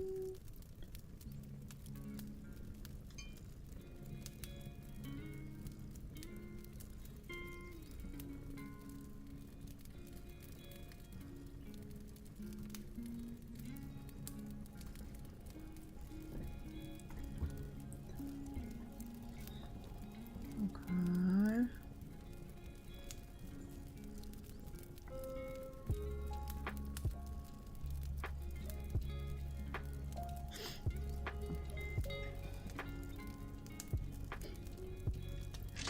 Sari visits her family in search of a way to break the spell on the amulet because they're a high-ranking magical family. They have no answers for her and beg her to stay. Vivian wants to leave, but Sari's family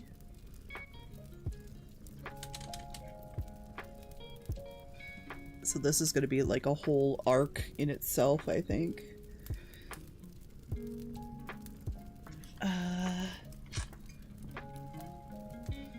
Sari's family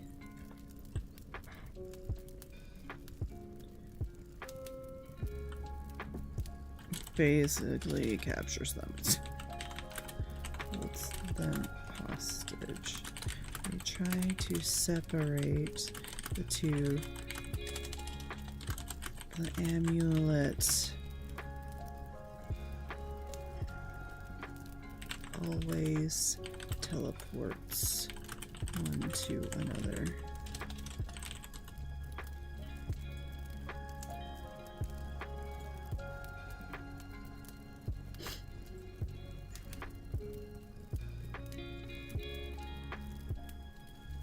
Okay, but the amulet always teleports one to another.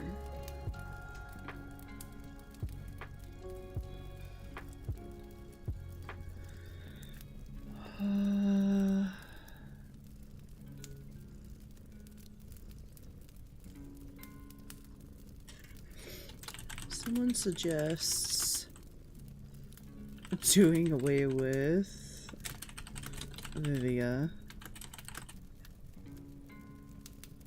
Oh, actually, no. They know they cannot harm Vivia.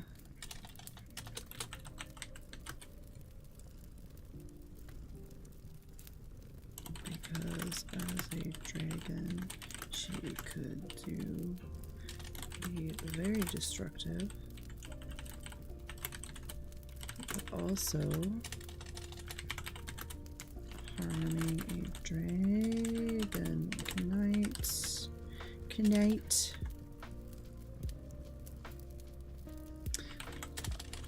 would invoke the wrath of the dragon nation, and they don't want war.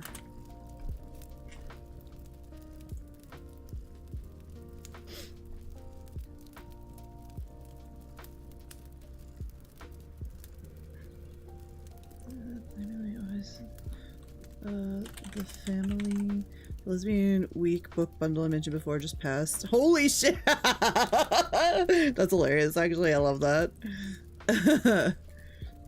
Family asks what spell this is, and they tell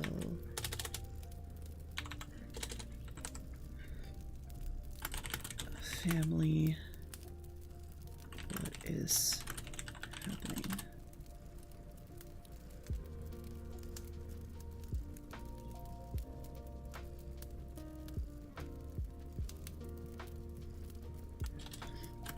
About the amulets.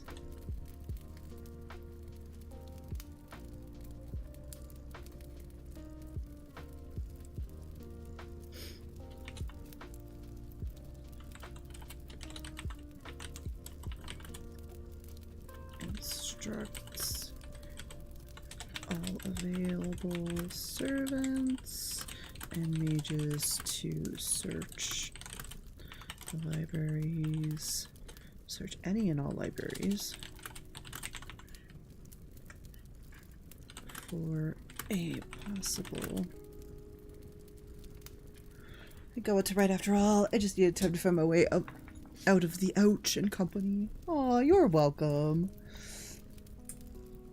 But also there's something about like watching somebody else write that always makes you want to like write. At least for me, like if I go into somebody's stream and they're writing, I'm always like, I have ideas now.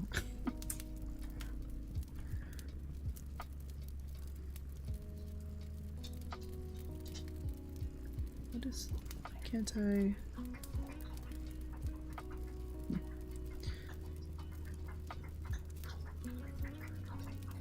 Okay, solution.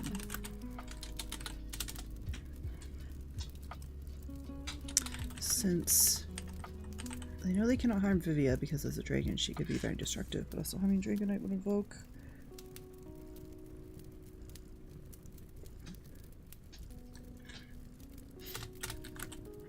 They place both women in a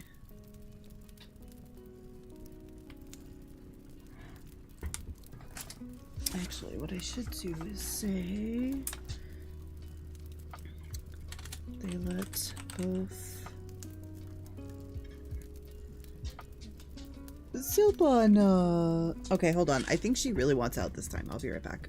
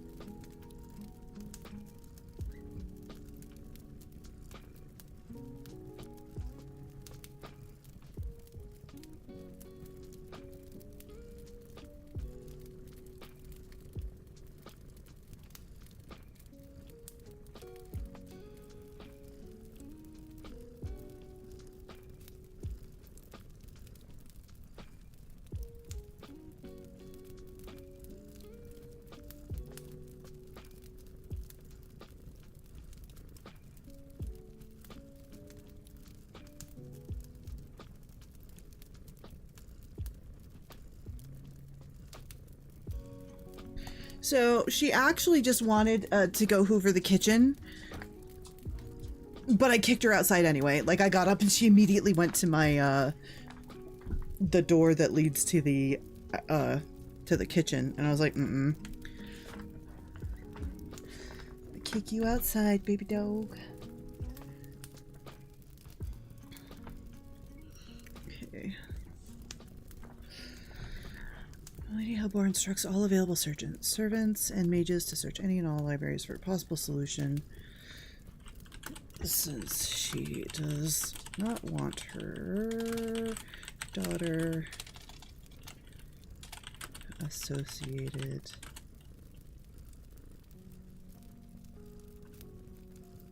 with a dragon knight in this manner. Since they know they cannot harm Vivia because as a dragon she could be very destructive, but also harming Dragon Knight would invoke the wrath of the Dragon Nation, and they don't want war. They let both stay in Ceres. Doggy needed to learn what happens to dogs that try to eat the kitchen floor. Just kidding, put outside. Well, somebody is making food in the kitchen and she can smell that somebody is making food in the kitchen, and she don't need to be out in the kitchen hoovering when I'm not out there. Or at least not when I'm streaming, because then okay, here's the thing. She is so needy. If I let her out to hoover and came back to stream, she would sit at the door and cry because she can't stand being away from me for more than 5 minutes. And then she would be everybody else's problem. They let both stay in Ceres' room until a solution to the amulets can be found. In the meantime,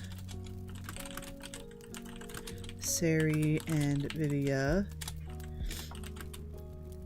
plan their escape.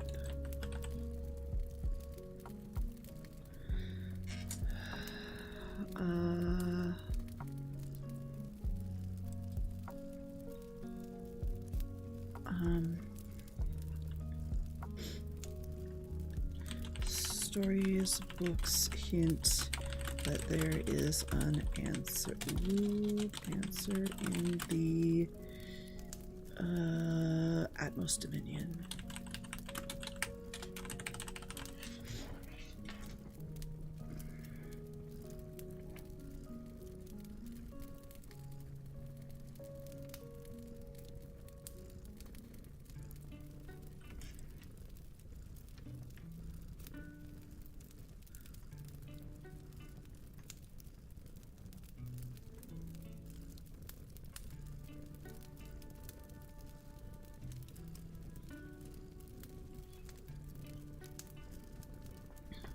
Meantime, Sari and Baby had planned their escape.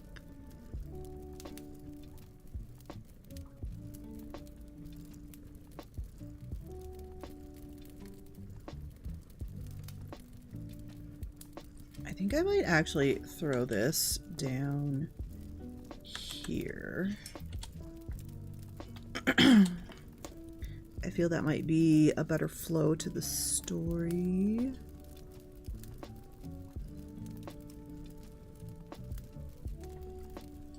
Because I think that Sari needs to get stolen by the... is stolen and must be saved by Vivia.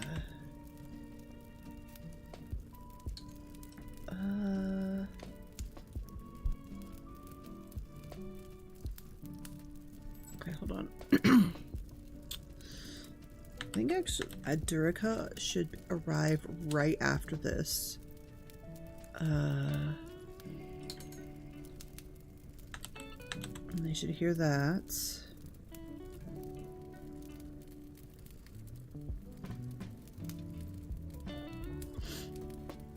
I honestly, here's the thing.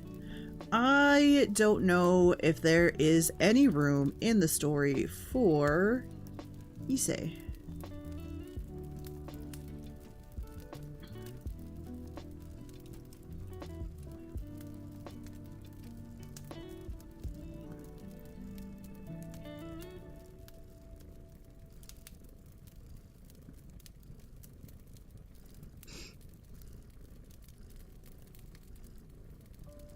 I just realized.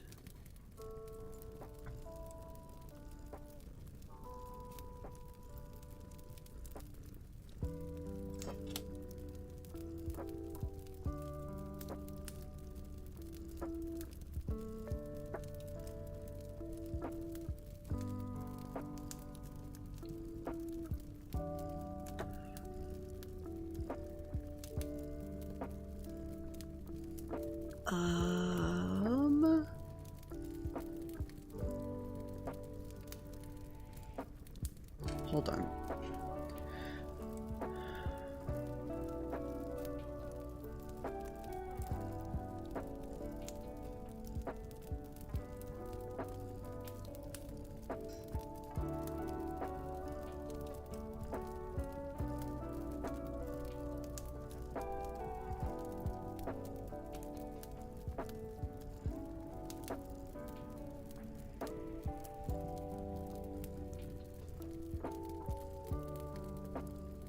I might have to revisit the terms that happened with Fenry and Vivia, because I think it would be more interesting to the story and we would see more of Fenry if it had the same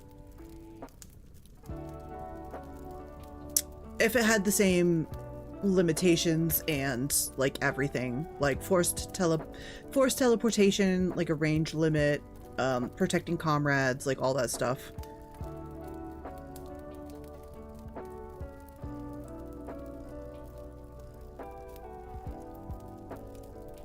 I might do that actually.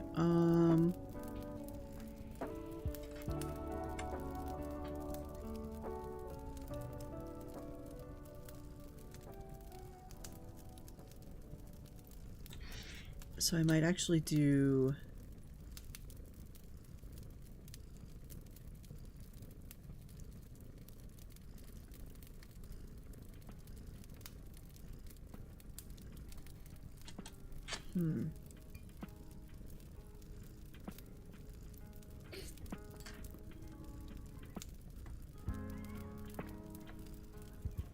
so there's like the initial contract, we'll just say contract initiation.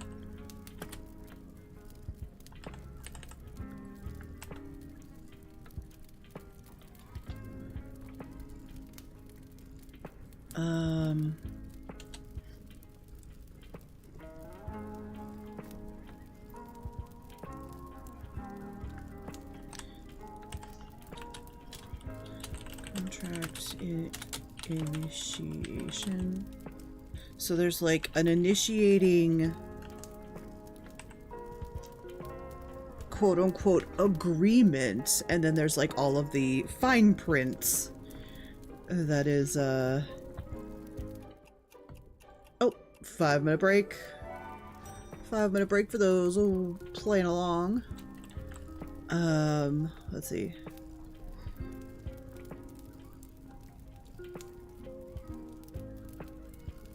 I think, what was the what was the thing here?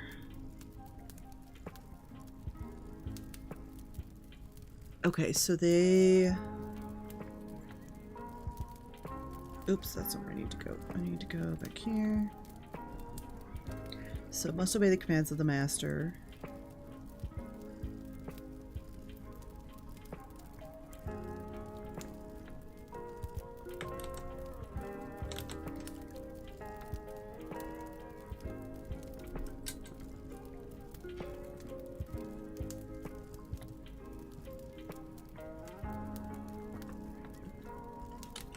Has initial or contract initiating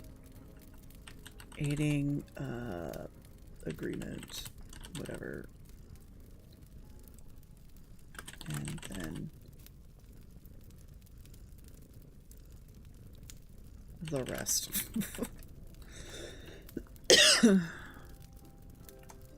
And the rest is like the forced teleportation, Range limits. Actually, this is gonna kind of suck because Fenry has a range limit. I cannot go back. And I think this was part of the problem. I think we just, like, this was discussed. Oops. This was discussed last time. And I think that's why we decided to try and change the amulet to be more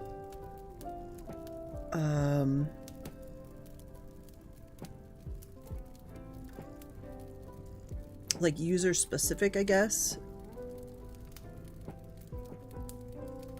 But I, as the writer, don't want to have to keep track of everybody's different fucking contract.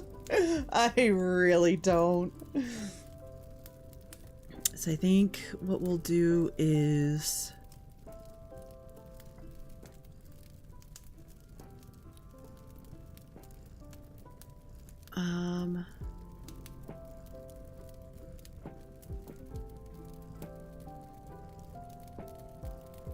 so actually, instead of this,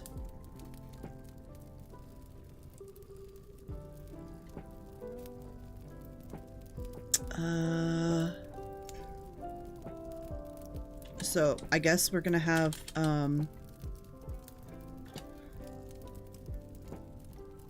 some different stuff after the okay. So we're gonna have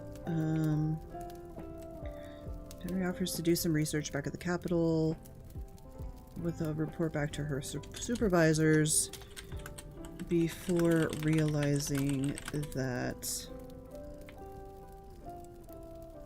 she wouldn't get far due to the teleportation.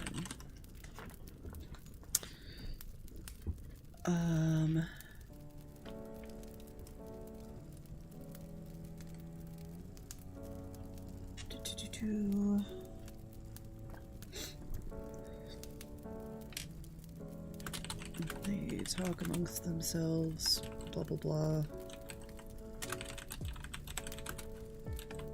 and come up with a plan.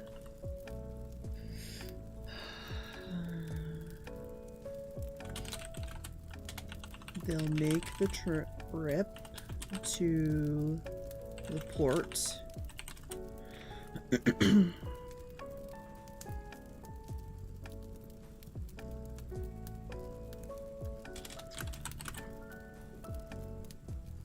Actually, that ties in pretty good with this first one, now that I think about it. Okay, that might be good. They'll make a trip to the port.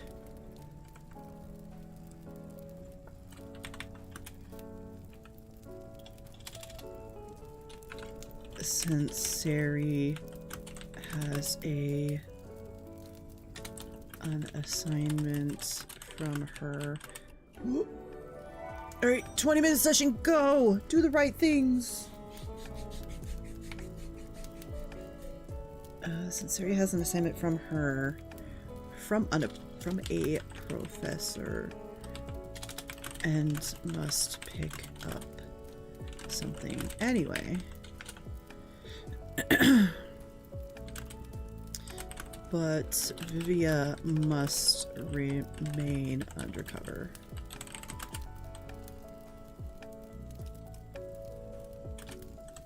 Fenry will tell the higher-ups about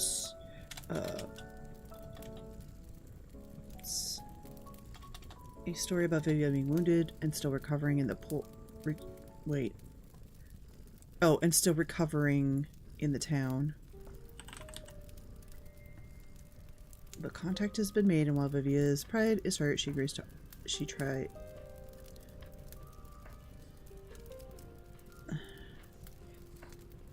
and Vivia's pride is hurt. She tries to argue. Fenry gives her a stern warning, and Vivia reluctantly agrees.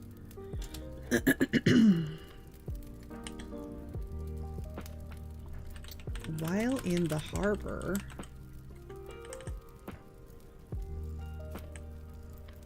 harbor to pick up a shipment for her professor. Sari. Here's a noise up in the distance. Okay.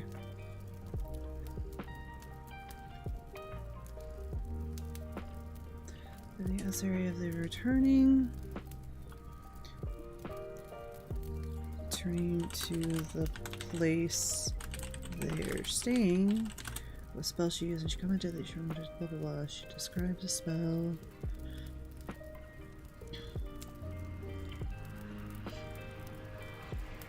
Okay.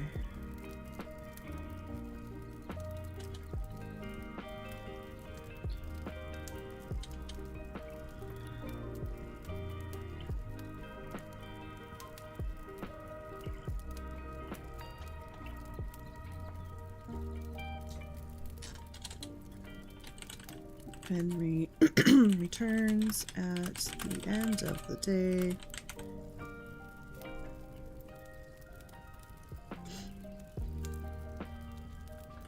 And tells them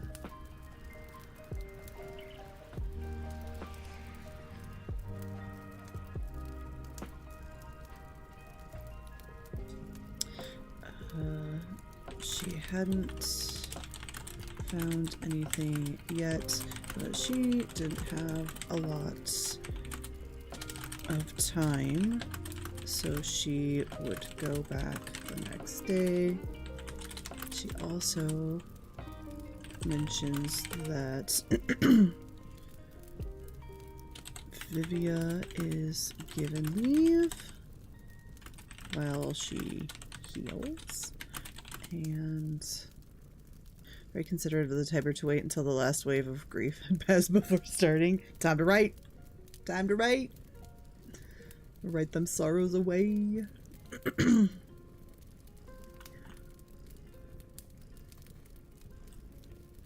moment when you need to read the last chapter so you can write the next one. The moment when I need to reread the book to write the next one.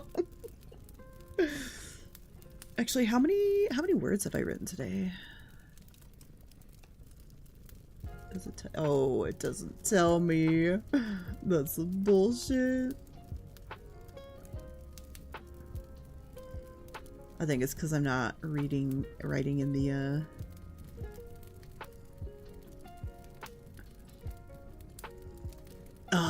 okay, well, whatever. It's fine. It makes me sad, but whatever.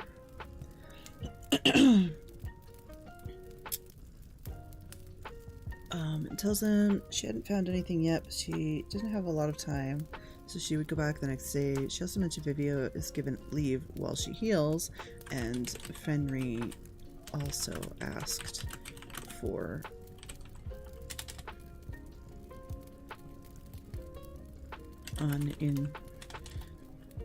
extended leave, which she was owed and given.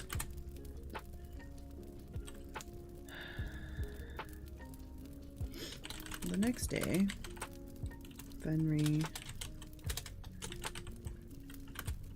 heads off to do some investigating.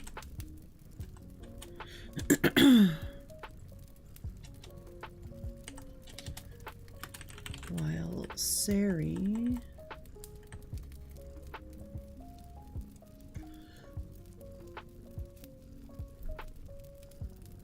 ooh, I don't know about this.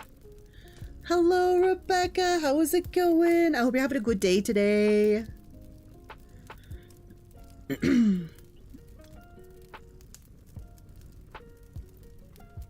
I hope you had lots of good writing today.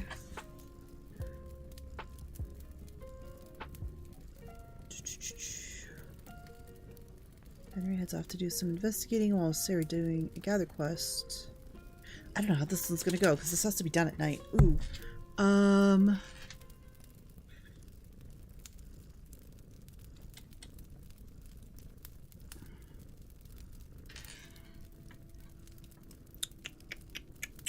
Hello, silly goose.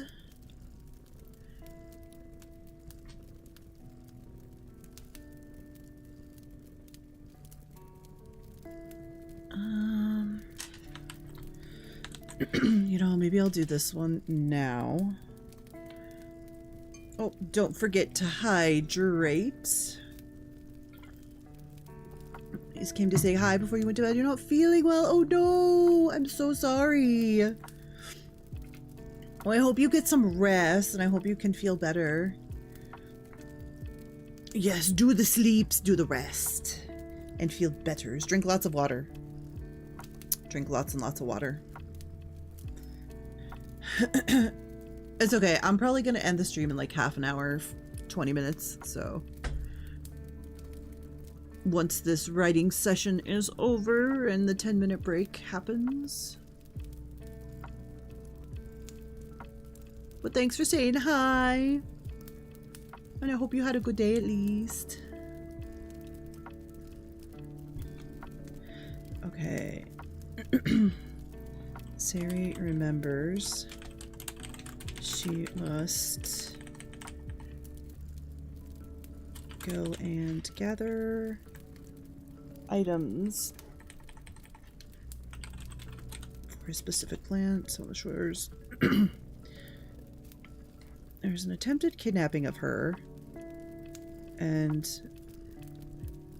Vivia and Fenri are unable to catch up to her, but they get teleported to the kidnappers, who get their asses kicked.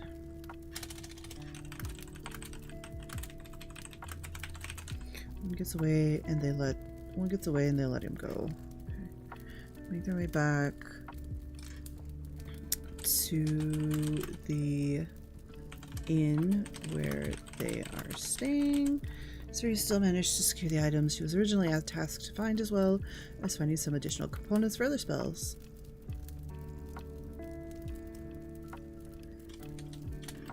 She keeps them for herself for another spell that she just learned, which is the torpor spell. Wait, is that... Wait. No, I need to do this in the reverse order. Oh no, that makes oh, okay, hold on.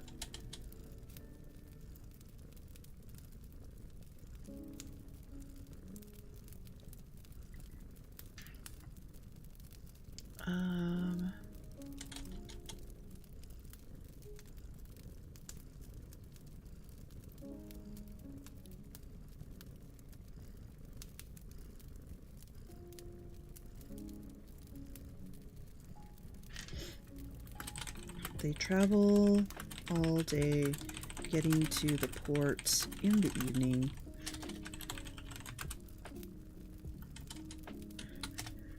Instead of staying in the main barracks, they stay in an inn. Sari remembers that she must do a thing.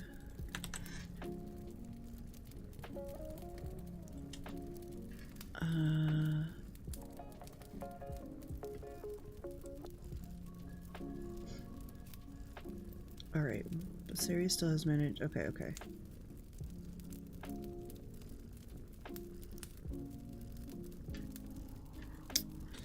The next day,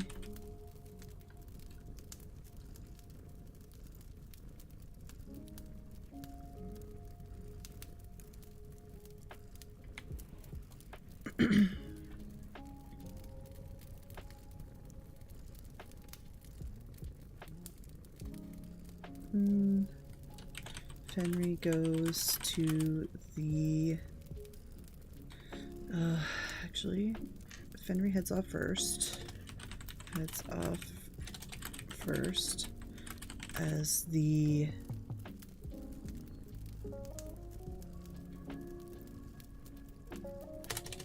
Her destination shouldn't be too far. Shouldn't be far enough to trigger the teleport.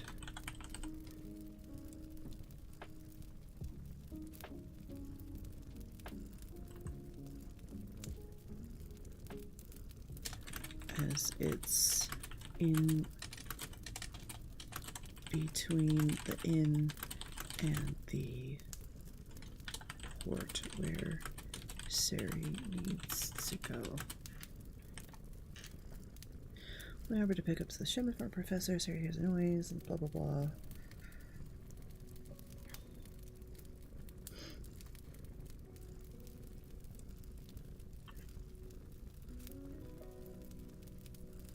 And Sari commented that it's the spell she mentioned learning recently.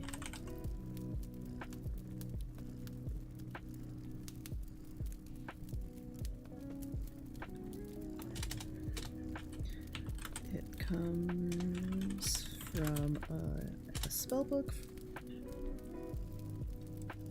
Comes from an old book called from an old book. The spell is called Lesser Torpor. She hadn't had a chance to use it yet. She describes till she got the ingredients. She describes the spell, what it does, and prattles off a few other spells that Vivia ignores. Shows her Shadow Sir, she drops off the crate. Oh, nope, they can't go that far. At the inn.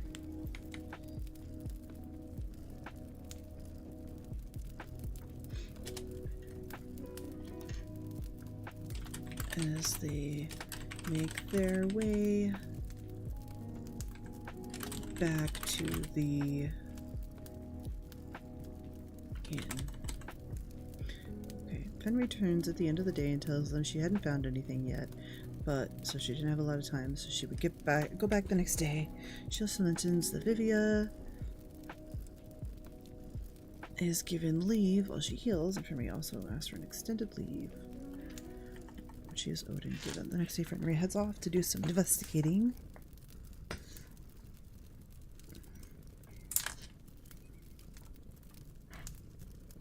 While Vivia and Siri are doing what? Talking. Insert bonding scenes. I don't know. Fenrir returns at the end of the day. She tells them she couldn't search too thoroughly,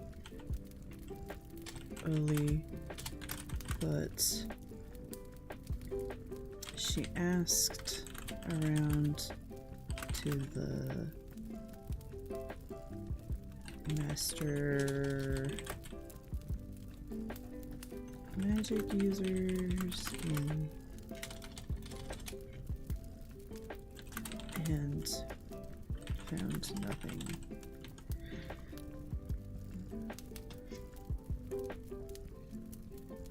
So they'll have to keep searching.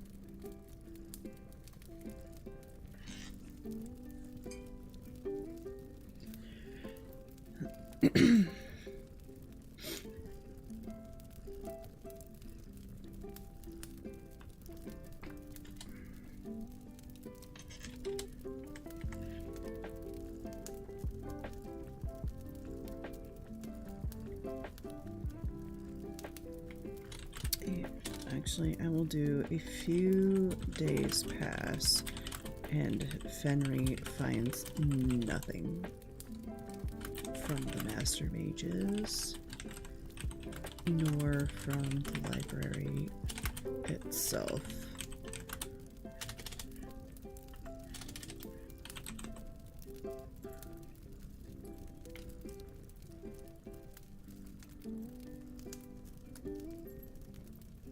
Let's see.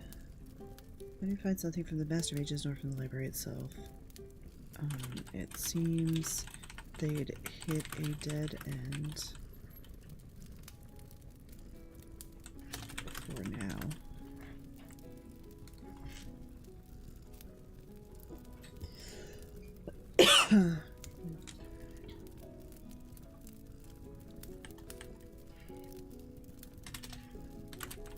And end up heading back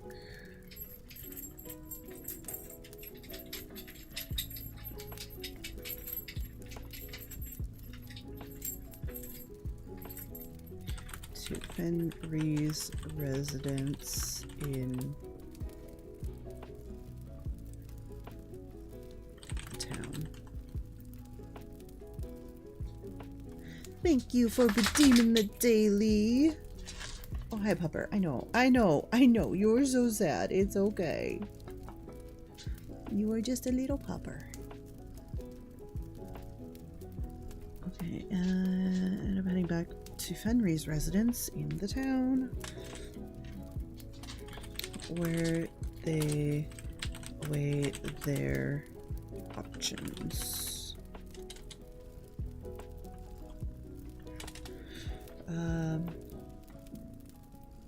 Sari receives a letter at the school explaining that she's part of the Helpor family. They invite her to visit, and she takes the offer, thinking about the kind of magic library that they would have access to.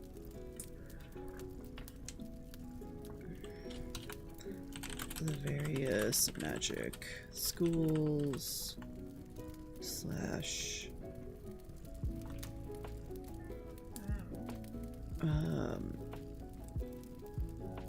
noble families with libraries and mage facilities, etc. So I don't want to think about that right now. Sari visits her family in search of a way to break the spell on the amulet because they're a high-ranking magical family. They have no answers for her and beg her to stay. Sari, Vivia, and Fenry want to leave, but Sari's family basically holds them hostage. They try to separate the three, but the amulet always teleports one to the others. The family asks what spell this is. But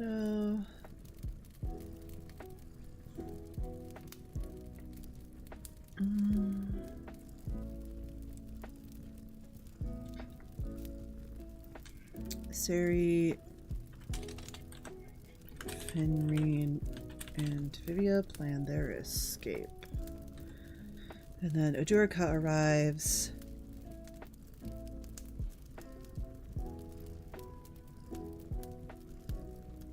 And then we have four. Yay! All right. So we have like ads in 10 minutes, so I'm not actually gonna I'm not gonna wait out this break. I apologize. I actually did pretty good on this outline. We got a big chunk of it done.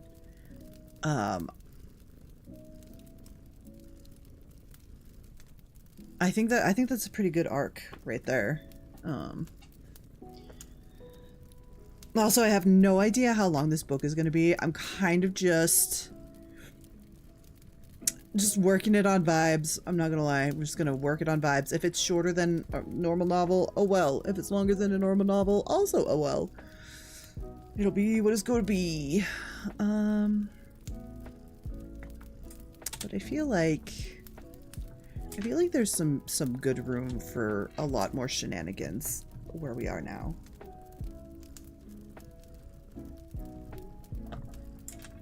I should do that is the thing.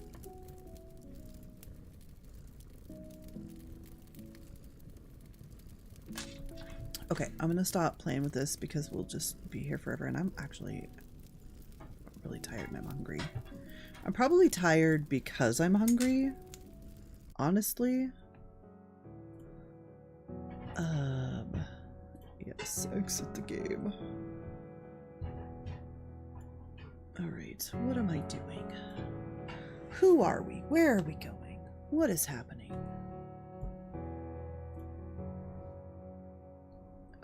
Thank you guys for hanging out with me.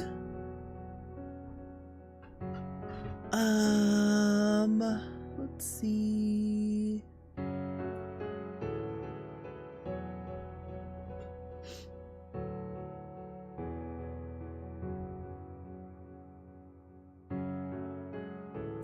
I will be back tomorrow. We will be... What are we going to be doing? We're doing our reading stuff with Kit tomorrow. So I hope that you will join us for that. It starts at 7 o'clock Pacific time. I have my story ready. I don't like it. It's not very good. I feel like I could have done a lot more with it, but I just didn't. So it is what it is.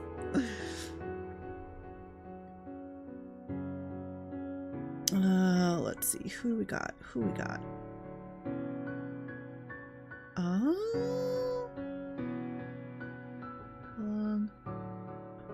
We're gonna go raid.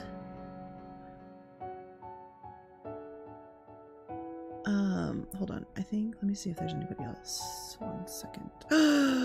Spooky's on. We can't raid Spooky though. We raided Spooky last night. Okay, there's another writer that I'm gonna raid. Rebecca Suave. Salve? I think it's Salve actually.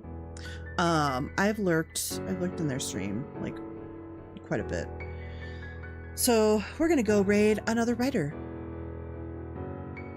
Let's see. Yeah, Monday. Oh, I'm gonna start this raid. Monday we have our stuff with Kit, and then I have a break and tell Friday. More writing on Friday. Also, don't forget, I have my writing Patreon. It doesn't have anything but the Twitch thing on it right now, which I should actually be able to do those lists maybe next time. So we'll be able to get those taken care of, and you guys can submit stuff if you want to. Let's see, what else? I don't think I have anything else. It's gonna be a quiet week, I feel. I might actually start posting some random stuff to this Patreon too, just because I can, because it's for stories and I write stories. So anyway, I love you all. I hope you have a good rest of your morning, your afternoon, your evening, whatever have you. Make sure that you eat a meal, a proper meal, and drink water or water substitute that is still hydrating. Cuddle your puppers, cuddle your kittens. I hope you all have a good rest of whatever, and I will see you on Monday. I'll see you tomorrow. We'll see you tomorrow with Kit.